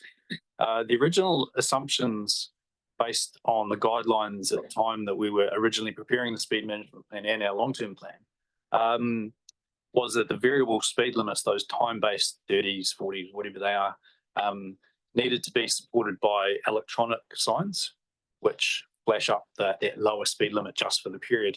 Now, the indications from the new speed limit setting rule is that static signs, i.e. non-electronic signs, might be acceptable in some situations. And we are currently waiting on NZTA to publish new or updated guidelines around what best practice looks like for these variable speed limits in terms of the signage. So there is a chance that we won't need as many electronic signs as we had originally allowed for in our budgets, which if that's the way it pans out, then that's good from the council's budget perspective, because we should still be able to deliver what we wanted to deliver within the budgets or the reduced budget that we have available. So I hope that answers the question. Yes, so thank you somewhat. The guidelines are not yet available, and we don't know if there's any funding covered with those guidelines, but unlikely, I would suspect. The guidelines we've been told will be published at the end of this month. So I hope that's the case. My guess would be there won't be any additional funding attached. I'm led to believe that, you know, every improvement dollar or safety dollar that was available in the GPS has been allocated. So there's not anything left for us. And just looking at staying with the chart at 529, just for looking at reactive safety improvements, I take it that's where customers phone in and ask for something that could be dangerous to be repaired. Is that sufficient to do that, to respond on an annual basis to those sort of complaints where life or limb could be in danger? Yeah, under 5.41 and 5.42, I've talked about some of the work that's on our list to attend to. And coming back to the Edwards Road, Main Road, Lower Moosery sightlines, the work we are proposing to do there is to deal with it's quite a simple job, deal with some pampas grasses that have grown up that appear to be in road reserve. So we can remove those, shift the fence back, and then sort of put in a low maintenance treatment, so gravel or something there. So that, unfortunately, that vegetation has been left previously and it needs to go. So it's quite a simple task, but it's still a $5,000 to $10,000 exercise by the time you mobilise crews and get there. And what we will probably have to do to manage with a reduced budget is not be as proactive. So some of the work that we had posed to do, we might just have to hold off on because we know that other things come up that we don't currently know about but need addressing at short notice. So we will turn into a more reactive, less proactive phase. Yeah. So thank you. So that brings me to the resolutions, and I'm looking at the moving 2.2, which declines the additional local share funding, and just want to check with you. That will be pretty much the response that you've just given to the last question. There will just be less ability to do all of the things that you want to do if I was to move it and it be passed. That be the case? Correct. And I guess just to put this in perspective, we've always had to deal with constrained budgets and we've always had to prioritise and defer. And so it's kind of a continuation of what we're used to. It comes with risk, but some risks, as we know, don't pan out and you end up with a little victory, but others we simply have to address. So for example, footpath maintenance, if we go ahead with a reduced budget and we get to a point later this financial year, January, February, whenever it is, and we've exhausted our budget, the way I'm proposing to manage going forward would be to come back to the council and say, we absolutely need an emergency package of 30,000, whatever it is, to say, please enable us to do this because it is urgent. It's not it's a risk that has manifested and it's become real. So if that were, with the council's blessing, that's the way we would handle that situation. As much as I'd like to push back on the minister, I suspect that's futile. So with not having that option, really, I'm happy to move, Mr. Mayor, 2.2. Okay, thank you. It's been moved. Is there a seconder? Councillor Dakey.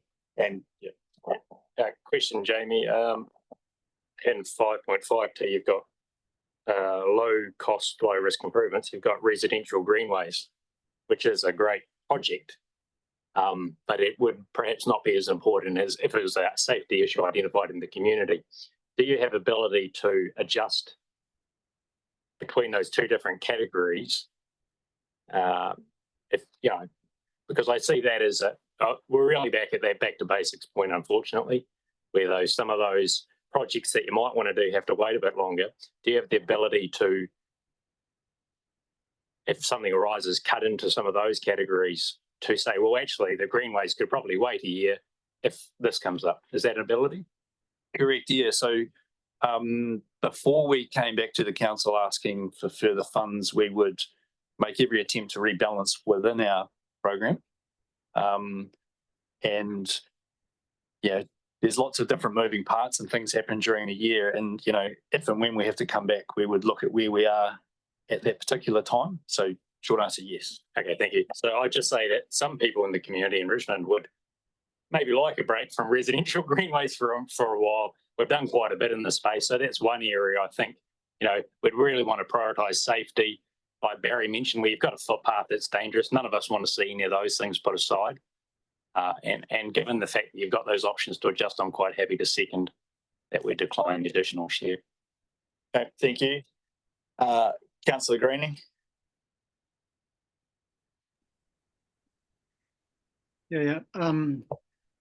Certainly appreciate it when you're operating within an existing budget like transport, that you have to make hard decisions. But I do struggle to understand why councillors are not prepared to look at less prioritised or less important priority spending in other portfolios to fund what is clearly more important. I cannot understand how you can put building a new hall like in Tapawera, which actually is probably in dispute within the community, ahead of safety. So I do struggle that councils don't support actually shifting funding from less prioritised portfolios, given A number of people have emphasised the safety issues of doing this and the need to prioritise and not looking for funding outside this portfolio, which is clearly less of a priority. Thank you, Councillor Greening. I would note that I think, correct me if I'm wrong, Mike, that all of the community facilities, none of them include general rate funding. So they're either funded through use of RFCs, the community facilities rate, or community fundraising. I stand to be corrected, but I don't think there's general rate contribution into those community facility projects. That is also my understanding. So again, swimming pool is not debt funded. Just excuse me. I'm just getting clarity. Is the pool not going to be debt funded? We're not. So in this particular case, even if it is debt funded, it relate the source of the repayment of that debt is not from general rate. So again, Mike, can you clarify? That is correct, Mr. Mayor. So in terms of trade-offs, while there are general rate funded activities that could be traded off, the community facilities projects don't fall into the general rate funded category. Correct, Mayor. Thank you. Right, it's been moved and seconded. Any further comments before I put it? All in favour, please say aye. Aye. Against, carried. And we'll now break briefly till past and come back. And the next item is community infrastructure capital works funding approval. Rob, would you mind very much ducking out and just rounding up any slightly slow councillors? I mean, not slow councillors. Councillors that aren't currently present. Right. Oh, it is only Chris, is it? Oh, it's even worse. Dear me, I'll just stop now. Yeah. Right, Russell, over to you. So the next item is relation to community infrastructure funding approvals, page 169. Russell. Thank you, Chair. Just a quick opening statement. This decision report is asking to bring forward funding for a group of projects to minimise public disruption.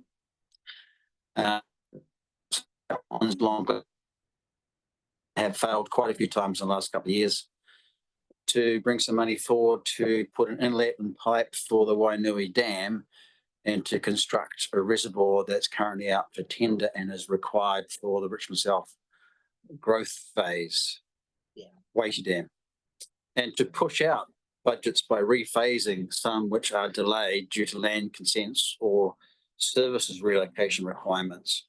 The net result being we will be doing 6 million less this year is what we're forecasting. And so the decision report's about rephasing with the overall net of 6 million less this year proposed.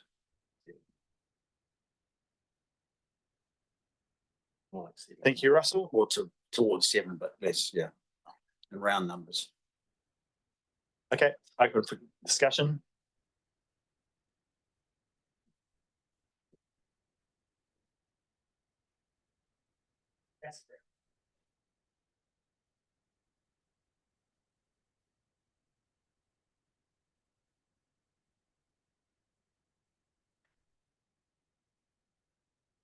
Councillor Greening.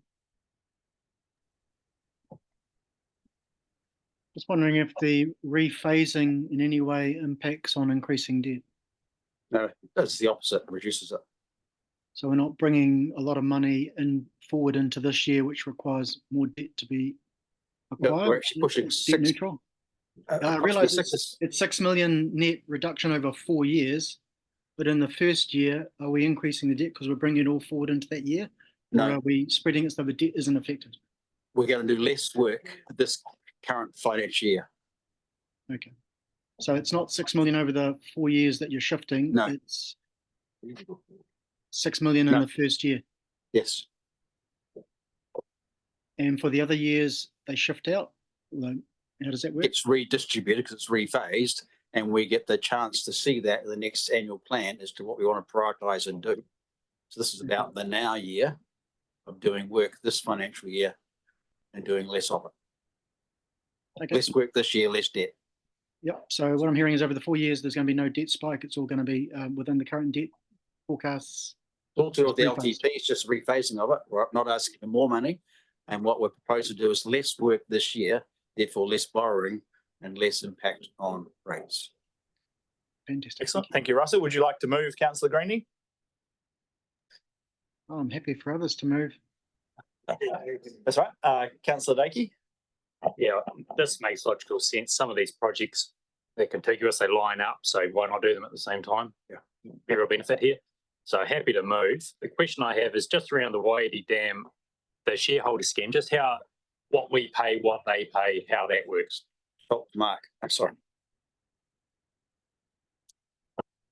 Mike probably might some more of the background to it. But yeah, we're a small shareholder in it.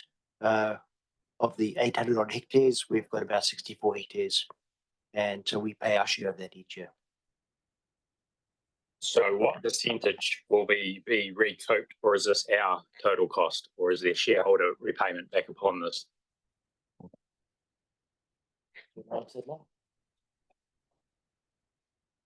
Come back.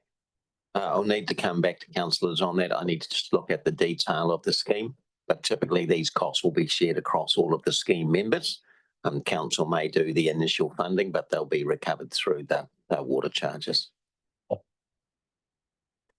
Okay, thank you. Councillor Dowling? Yeah, very proactive, like what I see, so happy to second. Thanks. Thank you. Is there any further questions or comments? If not, oh, sorry, Just Deputy Mayor because Brian. of my conflict of interest, could it just be recorded that I don't vote on 4? Yep. So that's been noted. Councillor Greenie? Yeah, just on the Waiiti Dam, when does the targeted rating bite? From the is it at the beginning of the project, the end of the project, or as costs are incurred? How does the targeting rating occur? Sorry, Mr. Mayor. The charges are set on an annual basis. So will that mean that they're evenly spread, or for the whole project? I'm just wondering how. So I take it that if the project is budgeted or included in the year Cummings budget, the rate that is paid will reflect that, and in effect they'll be paying slightly in advance of the work being completed. And that would be different if the work was not budgeted, obviously. And that is correct, Mr. Mayor. I also understand that the loan that was raised for the original construction is about to be paid off. So the net effect is that one loan is going to replace another for this work. Yeah. Okay, understood. Thank you. Okay, it's been moved and seconded. All those in favour, please say aye. Against, carried. Thank you. Minor land purchase to remedy historic encroachment. Rob. Oh, no. Oh, the dentist. Oh, it's even worse than a council meeting. Okay, I will come to you. Just hold your horses. Right, Kevin, over to you. Right, Kevin O'Neill, Property Officer. I'll take the report as read and invite any questions. Deputy Mayor Brian. Thank you, Mr. Mayor. I'm emotionally attached to this building, having used it since I was a schoolboy some time ago to go to what then was the Wakefield Public Library. So I'm very happy to move this minor amendment. Thank you. Is there a seconder? Second, Councillor Shellcrest. All those in favour, please say aye. Aye. Against, carried. Thank you. Well done, Kevin. Good work. Helps with someone. The draft Māpua Masterplan, Dwayne and Anna, welcome.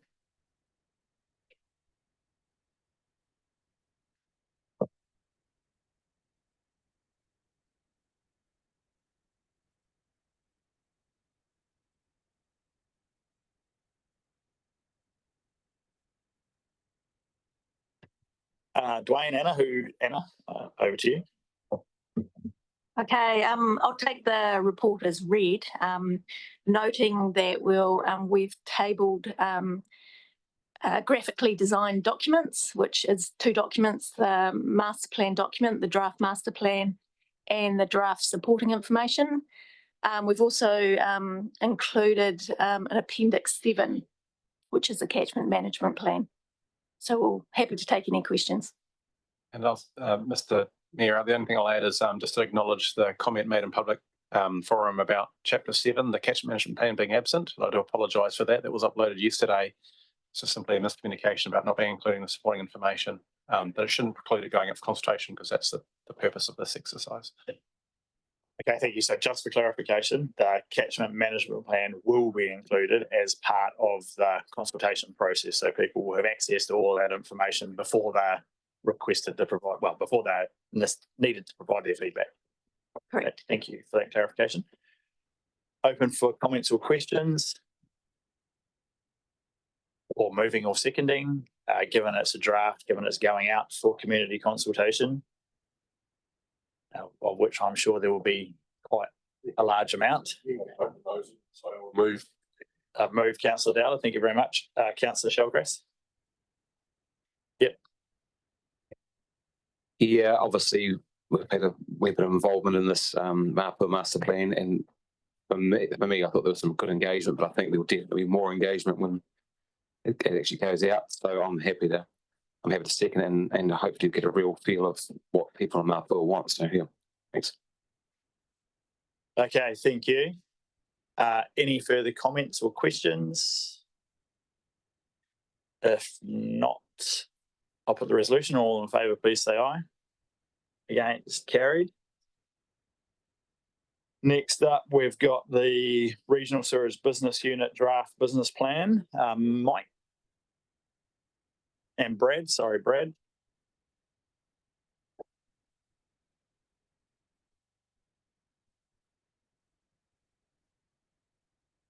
So this is on page 306. Mike, go with you. Thank you, Mr. Chair. We'll take the report as read. Happy to take any questions. Thank you. It is open for questions. Deputy Mayor Brian. Thank you, Mr. Mayor. I'm just like to thank Brad for the report and the Sewerage Business Unit and Councillor Mailing's absence. Acknowledge the work and he and Councillor Dowler and others around that table do, and the staff keeping it all in good order. I had a look through the business plan. You've got some projects ahead which are going to take a bit of capital, but that seems to be the nature of the business you're in. So with that, I'm happy to move the resolutions, and well, thank you, Brad, for the work you do. Thank you, Deputy Mayor Bryant. Councillor Dowler. Happy to second. Thank you. Okay, thank you. Is there any further questions or comments? If not, I'll put the resolution. All in favour, please say aye. Aye. Against, carried. Thanks, Brad. Mike. Amy. Oh, welcome back. No, welcome. All right. So first up, so two reports under Amy's name. So firstly, the risk appetite statement. That's on page 369. We'll take that one first. Thank you. So this is the risk appetite statement, which I've attached to the document.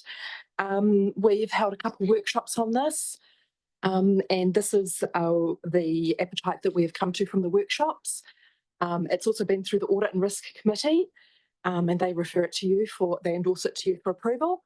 I'm happy to take any questions. Thank you. Thanks, Amy. So again, open for questions, comments, and or moving and seconding.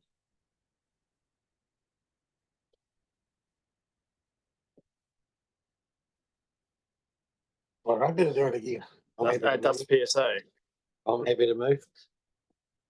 Thank you once again, Amy and Drewery, for the work you've done around this. Okay, thank you.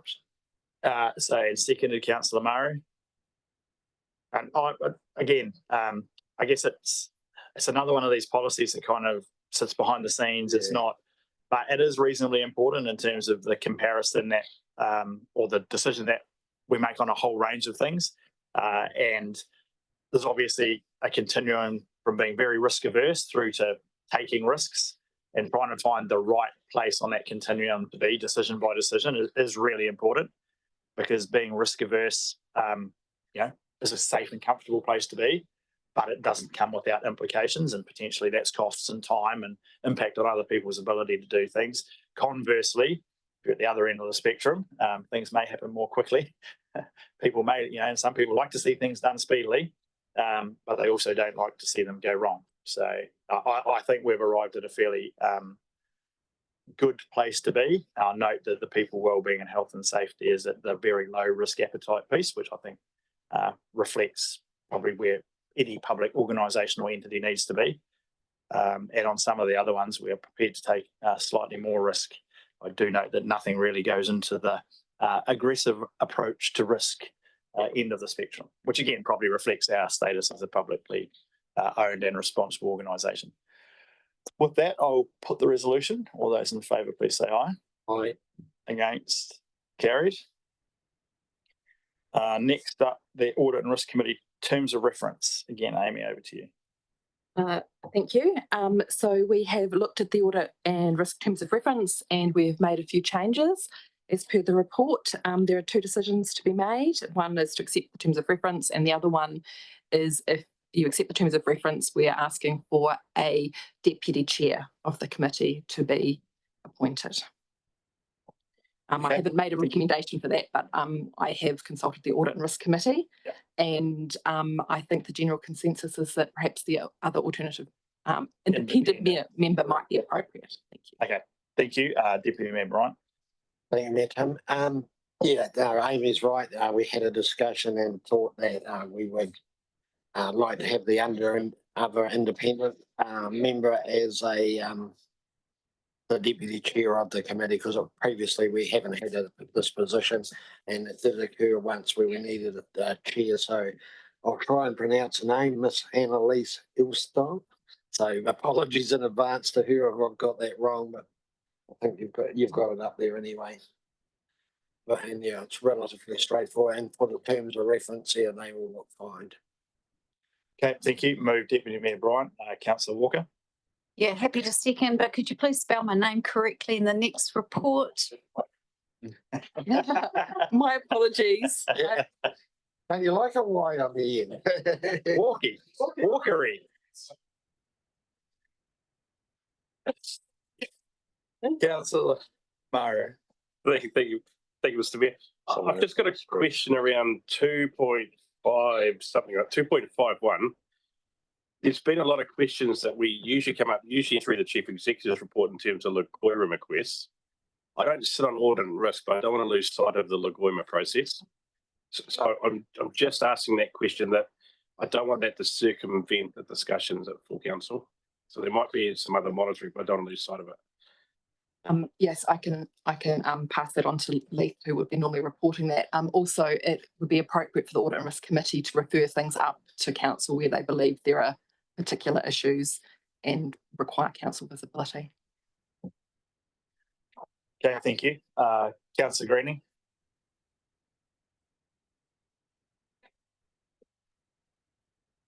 Yes, I just wanted to get some clarity around that question. So in the past, we've pretty much had quite clear reports on Lagoima. Is this terms of reference now suggesting that audit will determine whether it will come to council, or will there be a change in what we see for Lagoima? Because I wasn't clear from the answer you'd given. No, there was no intention for it to change what you currently receive from Lagoima. I didn't perceive this as that, and I will pass the information on to Leith, who does that reporting, to ensure that there is no change based on this to what you receive, if that's what you want. Yes, yep. So I think it's important, and the public have certainly raised concerns about Lagoima in public forum. I think it's important that we maintain the transparency of our Lagoima reporting to council. And I would also say that health and safety was also something that should be being openly reported to council as well, because that's also another issue I think the community will have a strong interest in.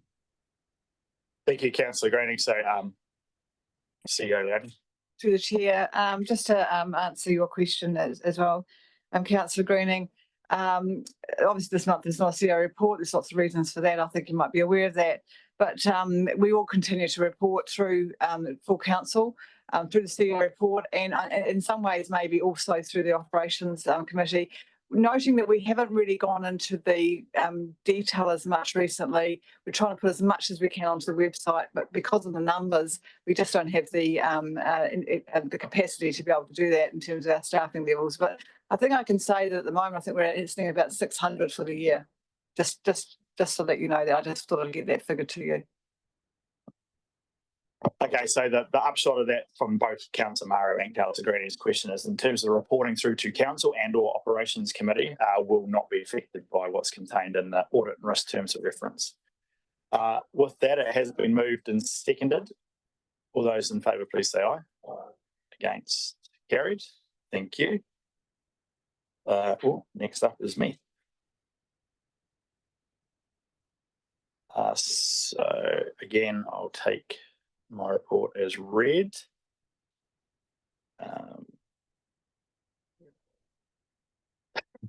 Yeah, very good report, Robin. So again, it contains that there is a lot on, I guess, as everyone's becoming increasingly used to. Local water done well is certainly going to have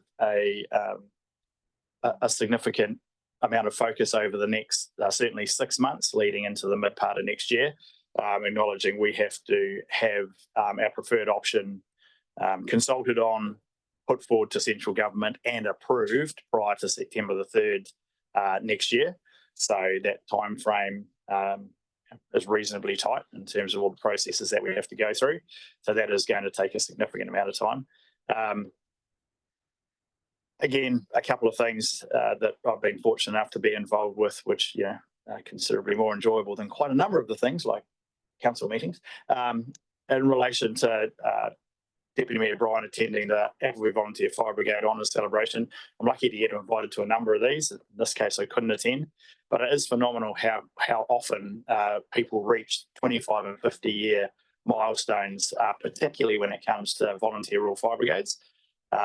And then I was also recently attended the St John's Awards, where people are again being awarded for very long-term service. So as we all know, so many organisations in this region and around the country are entirely reliant on volunteers, particularly in smaller rural communities, but even in reasonably large communities, certainly volunteer fire brigades are pretty common, even in pretty large urban areas. So that they're always very good to attend and acknowledge. For my sins, because I can't seem to help getting involved in stuff that piques my interest.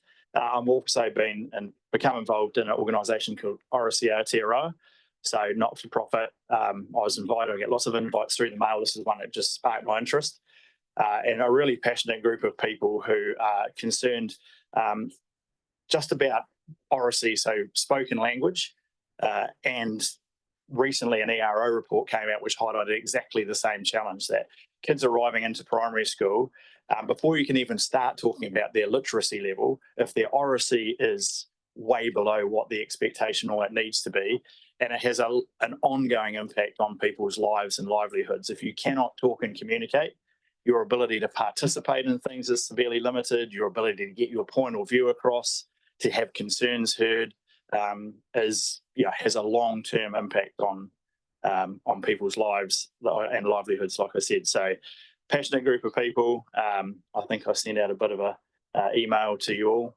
So please hop on the website, have a look, sign up for the newsletter if you can, but certainly just get the message out there. I think it's a really key thing, and it's great to support community groups who are getting out there, just focusing on trying to provide solutions. And in this case, it is something that does have a very long-term impact right through our community. So I'd just like to give that a bit of a plug. And then lastly, I attended yesterday the opening of the Wakefield Faulkner's Bush. Well, I don't know if it's playground, sort of underestimates or underemphasises what a cool space it is. I think part of its success, well, no, I don't think. I know that a huge part of its success is the fact that that's actually, although it has been constructed by our contractors in conjunction with volunteers and assistants, it's actually been really owned by the community. So from the community association through to parents from the school, the involvement of kids, the opening itself I thought was really good. That wasn't all complete. So a big part of it was everyone, all the school kids, parents, everyone who were involved, planting quite a few of the last plants that were going to be involved. So I really hope that sense of community ownership is a model that we can continue to push out and really involve people in those sort of projects, because it's a fantastic space. If you get the opportunity to go out there, If you have kids, it'll be easy. If you have grandkids, it's relatively easy. If you don't have kids, you can go and have a nosy anyway. You can always call in at the Wakey Baking, grab a pie and a coffee while you're there, support the businesses of Wakefield. But it is a fantastic example. And the other thing is it's a very naturalistic is, yes, there are some plastic slides and bits and pieces, but largely it is wooden, lots of bark, lots of planting, lots of really interactive opportunities. And it's my understanding is it's stage 1 of 3 stages that will really create, I think, quite a destination playground for people to go out. And if you look at some of the comments on the Facebook page already, lots of parents saying it's the sort of place, you know, in a weekend or a Labour weekend when it's not pouring with rain, the sort of place that people will go out and enjoy both the playground, but also obviously Faulkner's Bush. It was also very nice to acknowledge Lloyd Faulkner,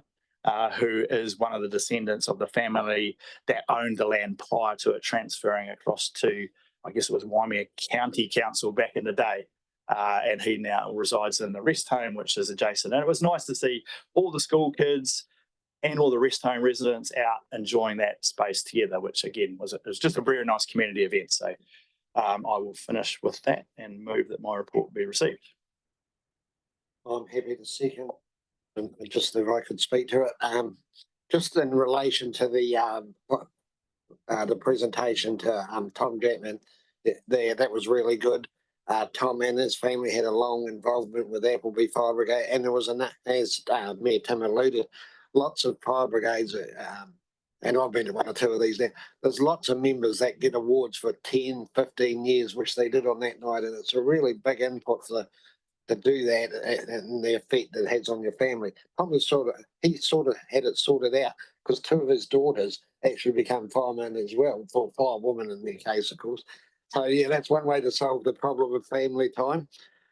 Just in relation, you also talked about the ambulance service, and just like to acknowledge, you've acknowledged Mari Bin, who's pretty much been the ambulance service on her own in Tapawera for about 50 years. She gets lots of calls to look at arms and various other things, as you can imagine. And also, just thanks to our staff, Fireship Foundation and Olsen's and Down. Like you, I've had really positive feedback about the firewood and how good that's been. And I've talked to staff and they're really keen to do it again with some modifications, because one of the things was the loader driver doesn't like sitting around, they like to keep busy. So you've just got to think about those things going forward. And like you, I attended the playground opening yesterday, and particularly for Councillor McKenzie. I think she was really, well, I know she was really proud and really pleased with the way it all went, and she was very much the driving force behind that, with engaging with the Wakefield Community Council and the Wakefield community. So, as you said, it was great to see all those. I think every child in Wakefield just must have about been there. I reckon there was close to 200 or 300 children. So I didn't know there was that many children in Wakefield actually. But yeah, it's a great result, and the use of roundwood. And particularly the likes of donations from 141 and Gold Pine and many others. I don't want to name individual, but significant contribution towards the project. So well done to that whole community, and it will become a destination. Our daughter's already eyeing up, Wellington daughter, to bring the grandchildren at Christmas to go to the playground. There you go. It is already a destination. Councillor Hill.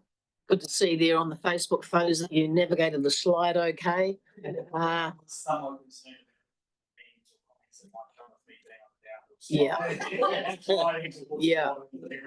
spiraling down. Yeah. Yeah, it looks fantastic out there. Just checking in around the RM reform steering group that you're on.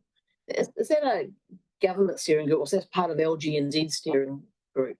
It's a combination of central government and local government. So, and I'm not there as a representative of the Tasman District Council. I'm there to provide input just from my background in history and resource management generally. Yeah. So it is a combined working group between local government. It was actually started under the previous government in terms of their RM reform, which is ironic given all the work that went into that, which has now been pushed to one side and about to be replaced with new work. But having the opportunity to provide some input and feedback and perspective on how the impacts might roll out. And it's largely from the pragmatic, rather than trying to make a judgment about the merits of one government's approach or the others.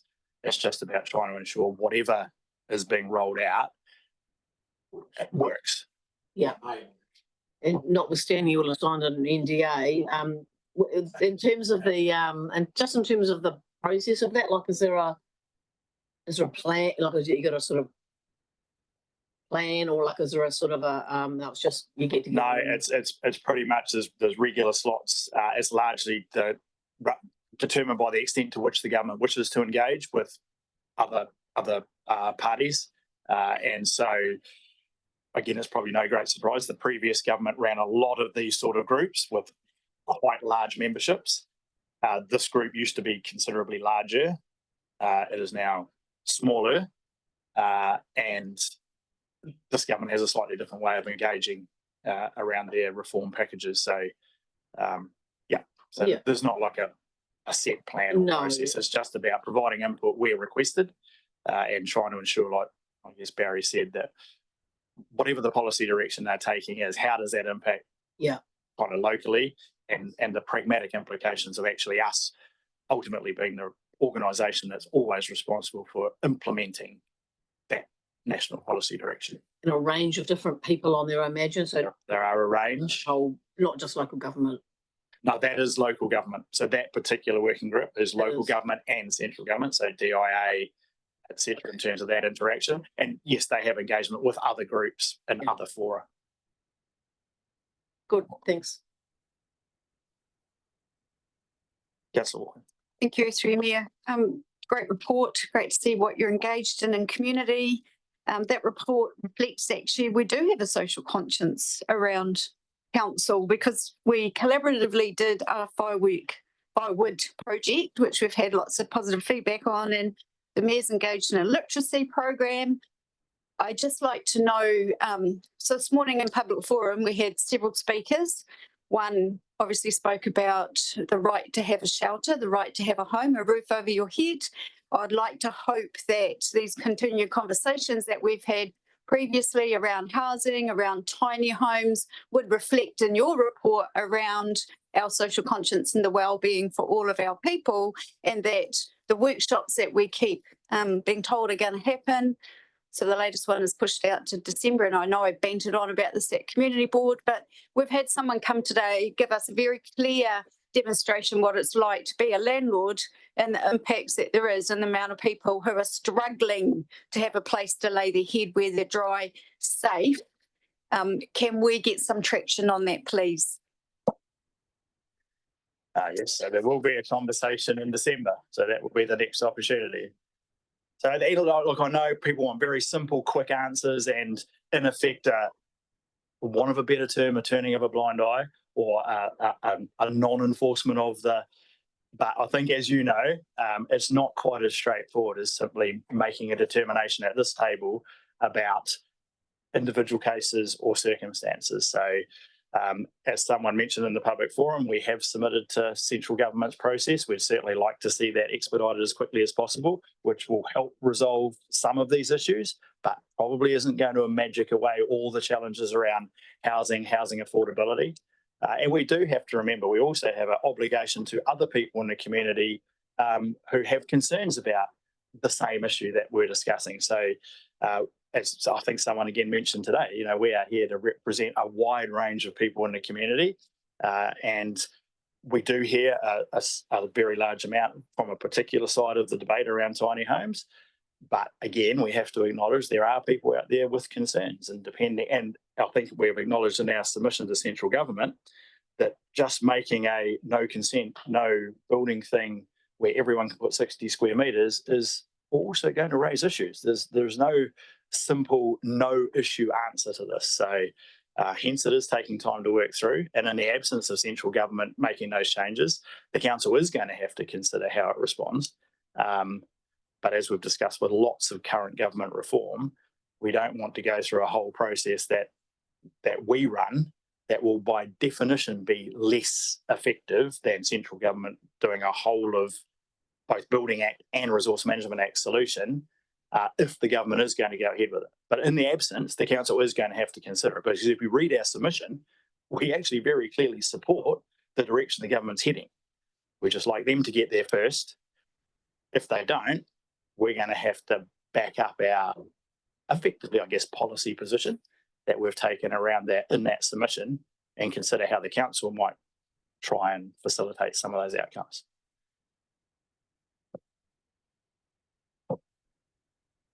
Right. Anything further? So I think I've moved. Oh, just on local water done well. So just one last thing. I think we have staked out a kind of a policy position or a general direction that we really want to work in conjunction with our neighbours on all sides, not just one. And certainly I think we'll continue to do that. There will be a report coming to council early November where we'll set some of those key parameters in terms of the policy direction. There are a number of options laid out for us, so we don't have endless options. And even some of those are probably likely to be relatively easily dismissed, for want of a better term.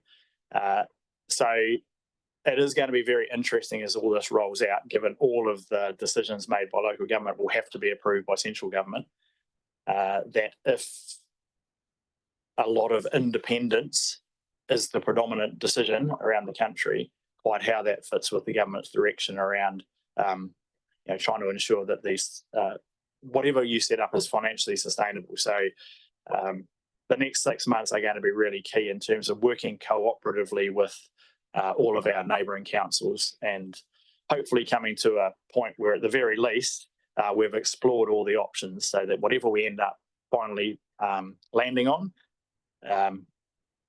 we will have considered all of the opportunities that exist. Right.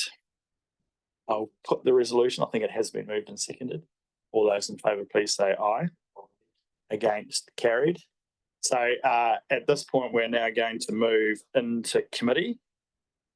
So someone move, we move into committee. Move Deputy Mayor Bryant. Our resolution is contained on the agenda and it includes enabling Brad Nixon to remain in the meeting in relation to the regional sewerage business unit item. So seconded, Councillor Dowler. All those in favour, please say aye. Against, carried.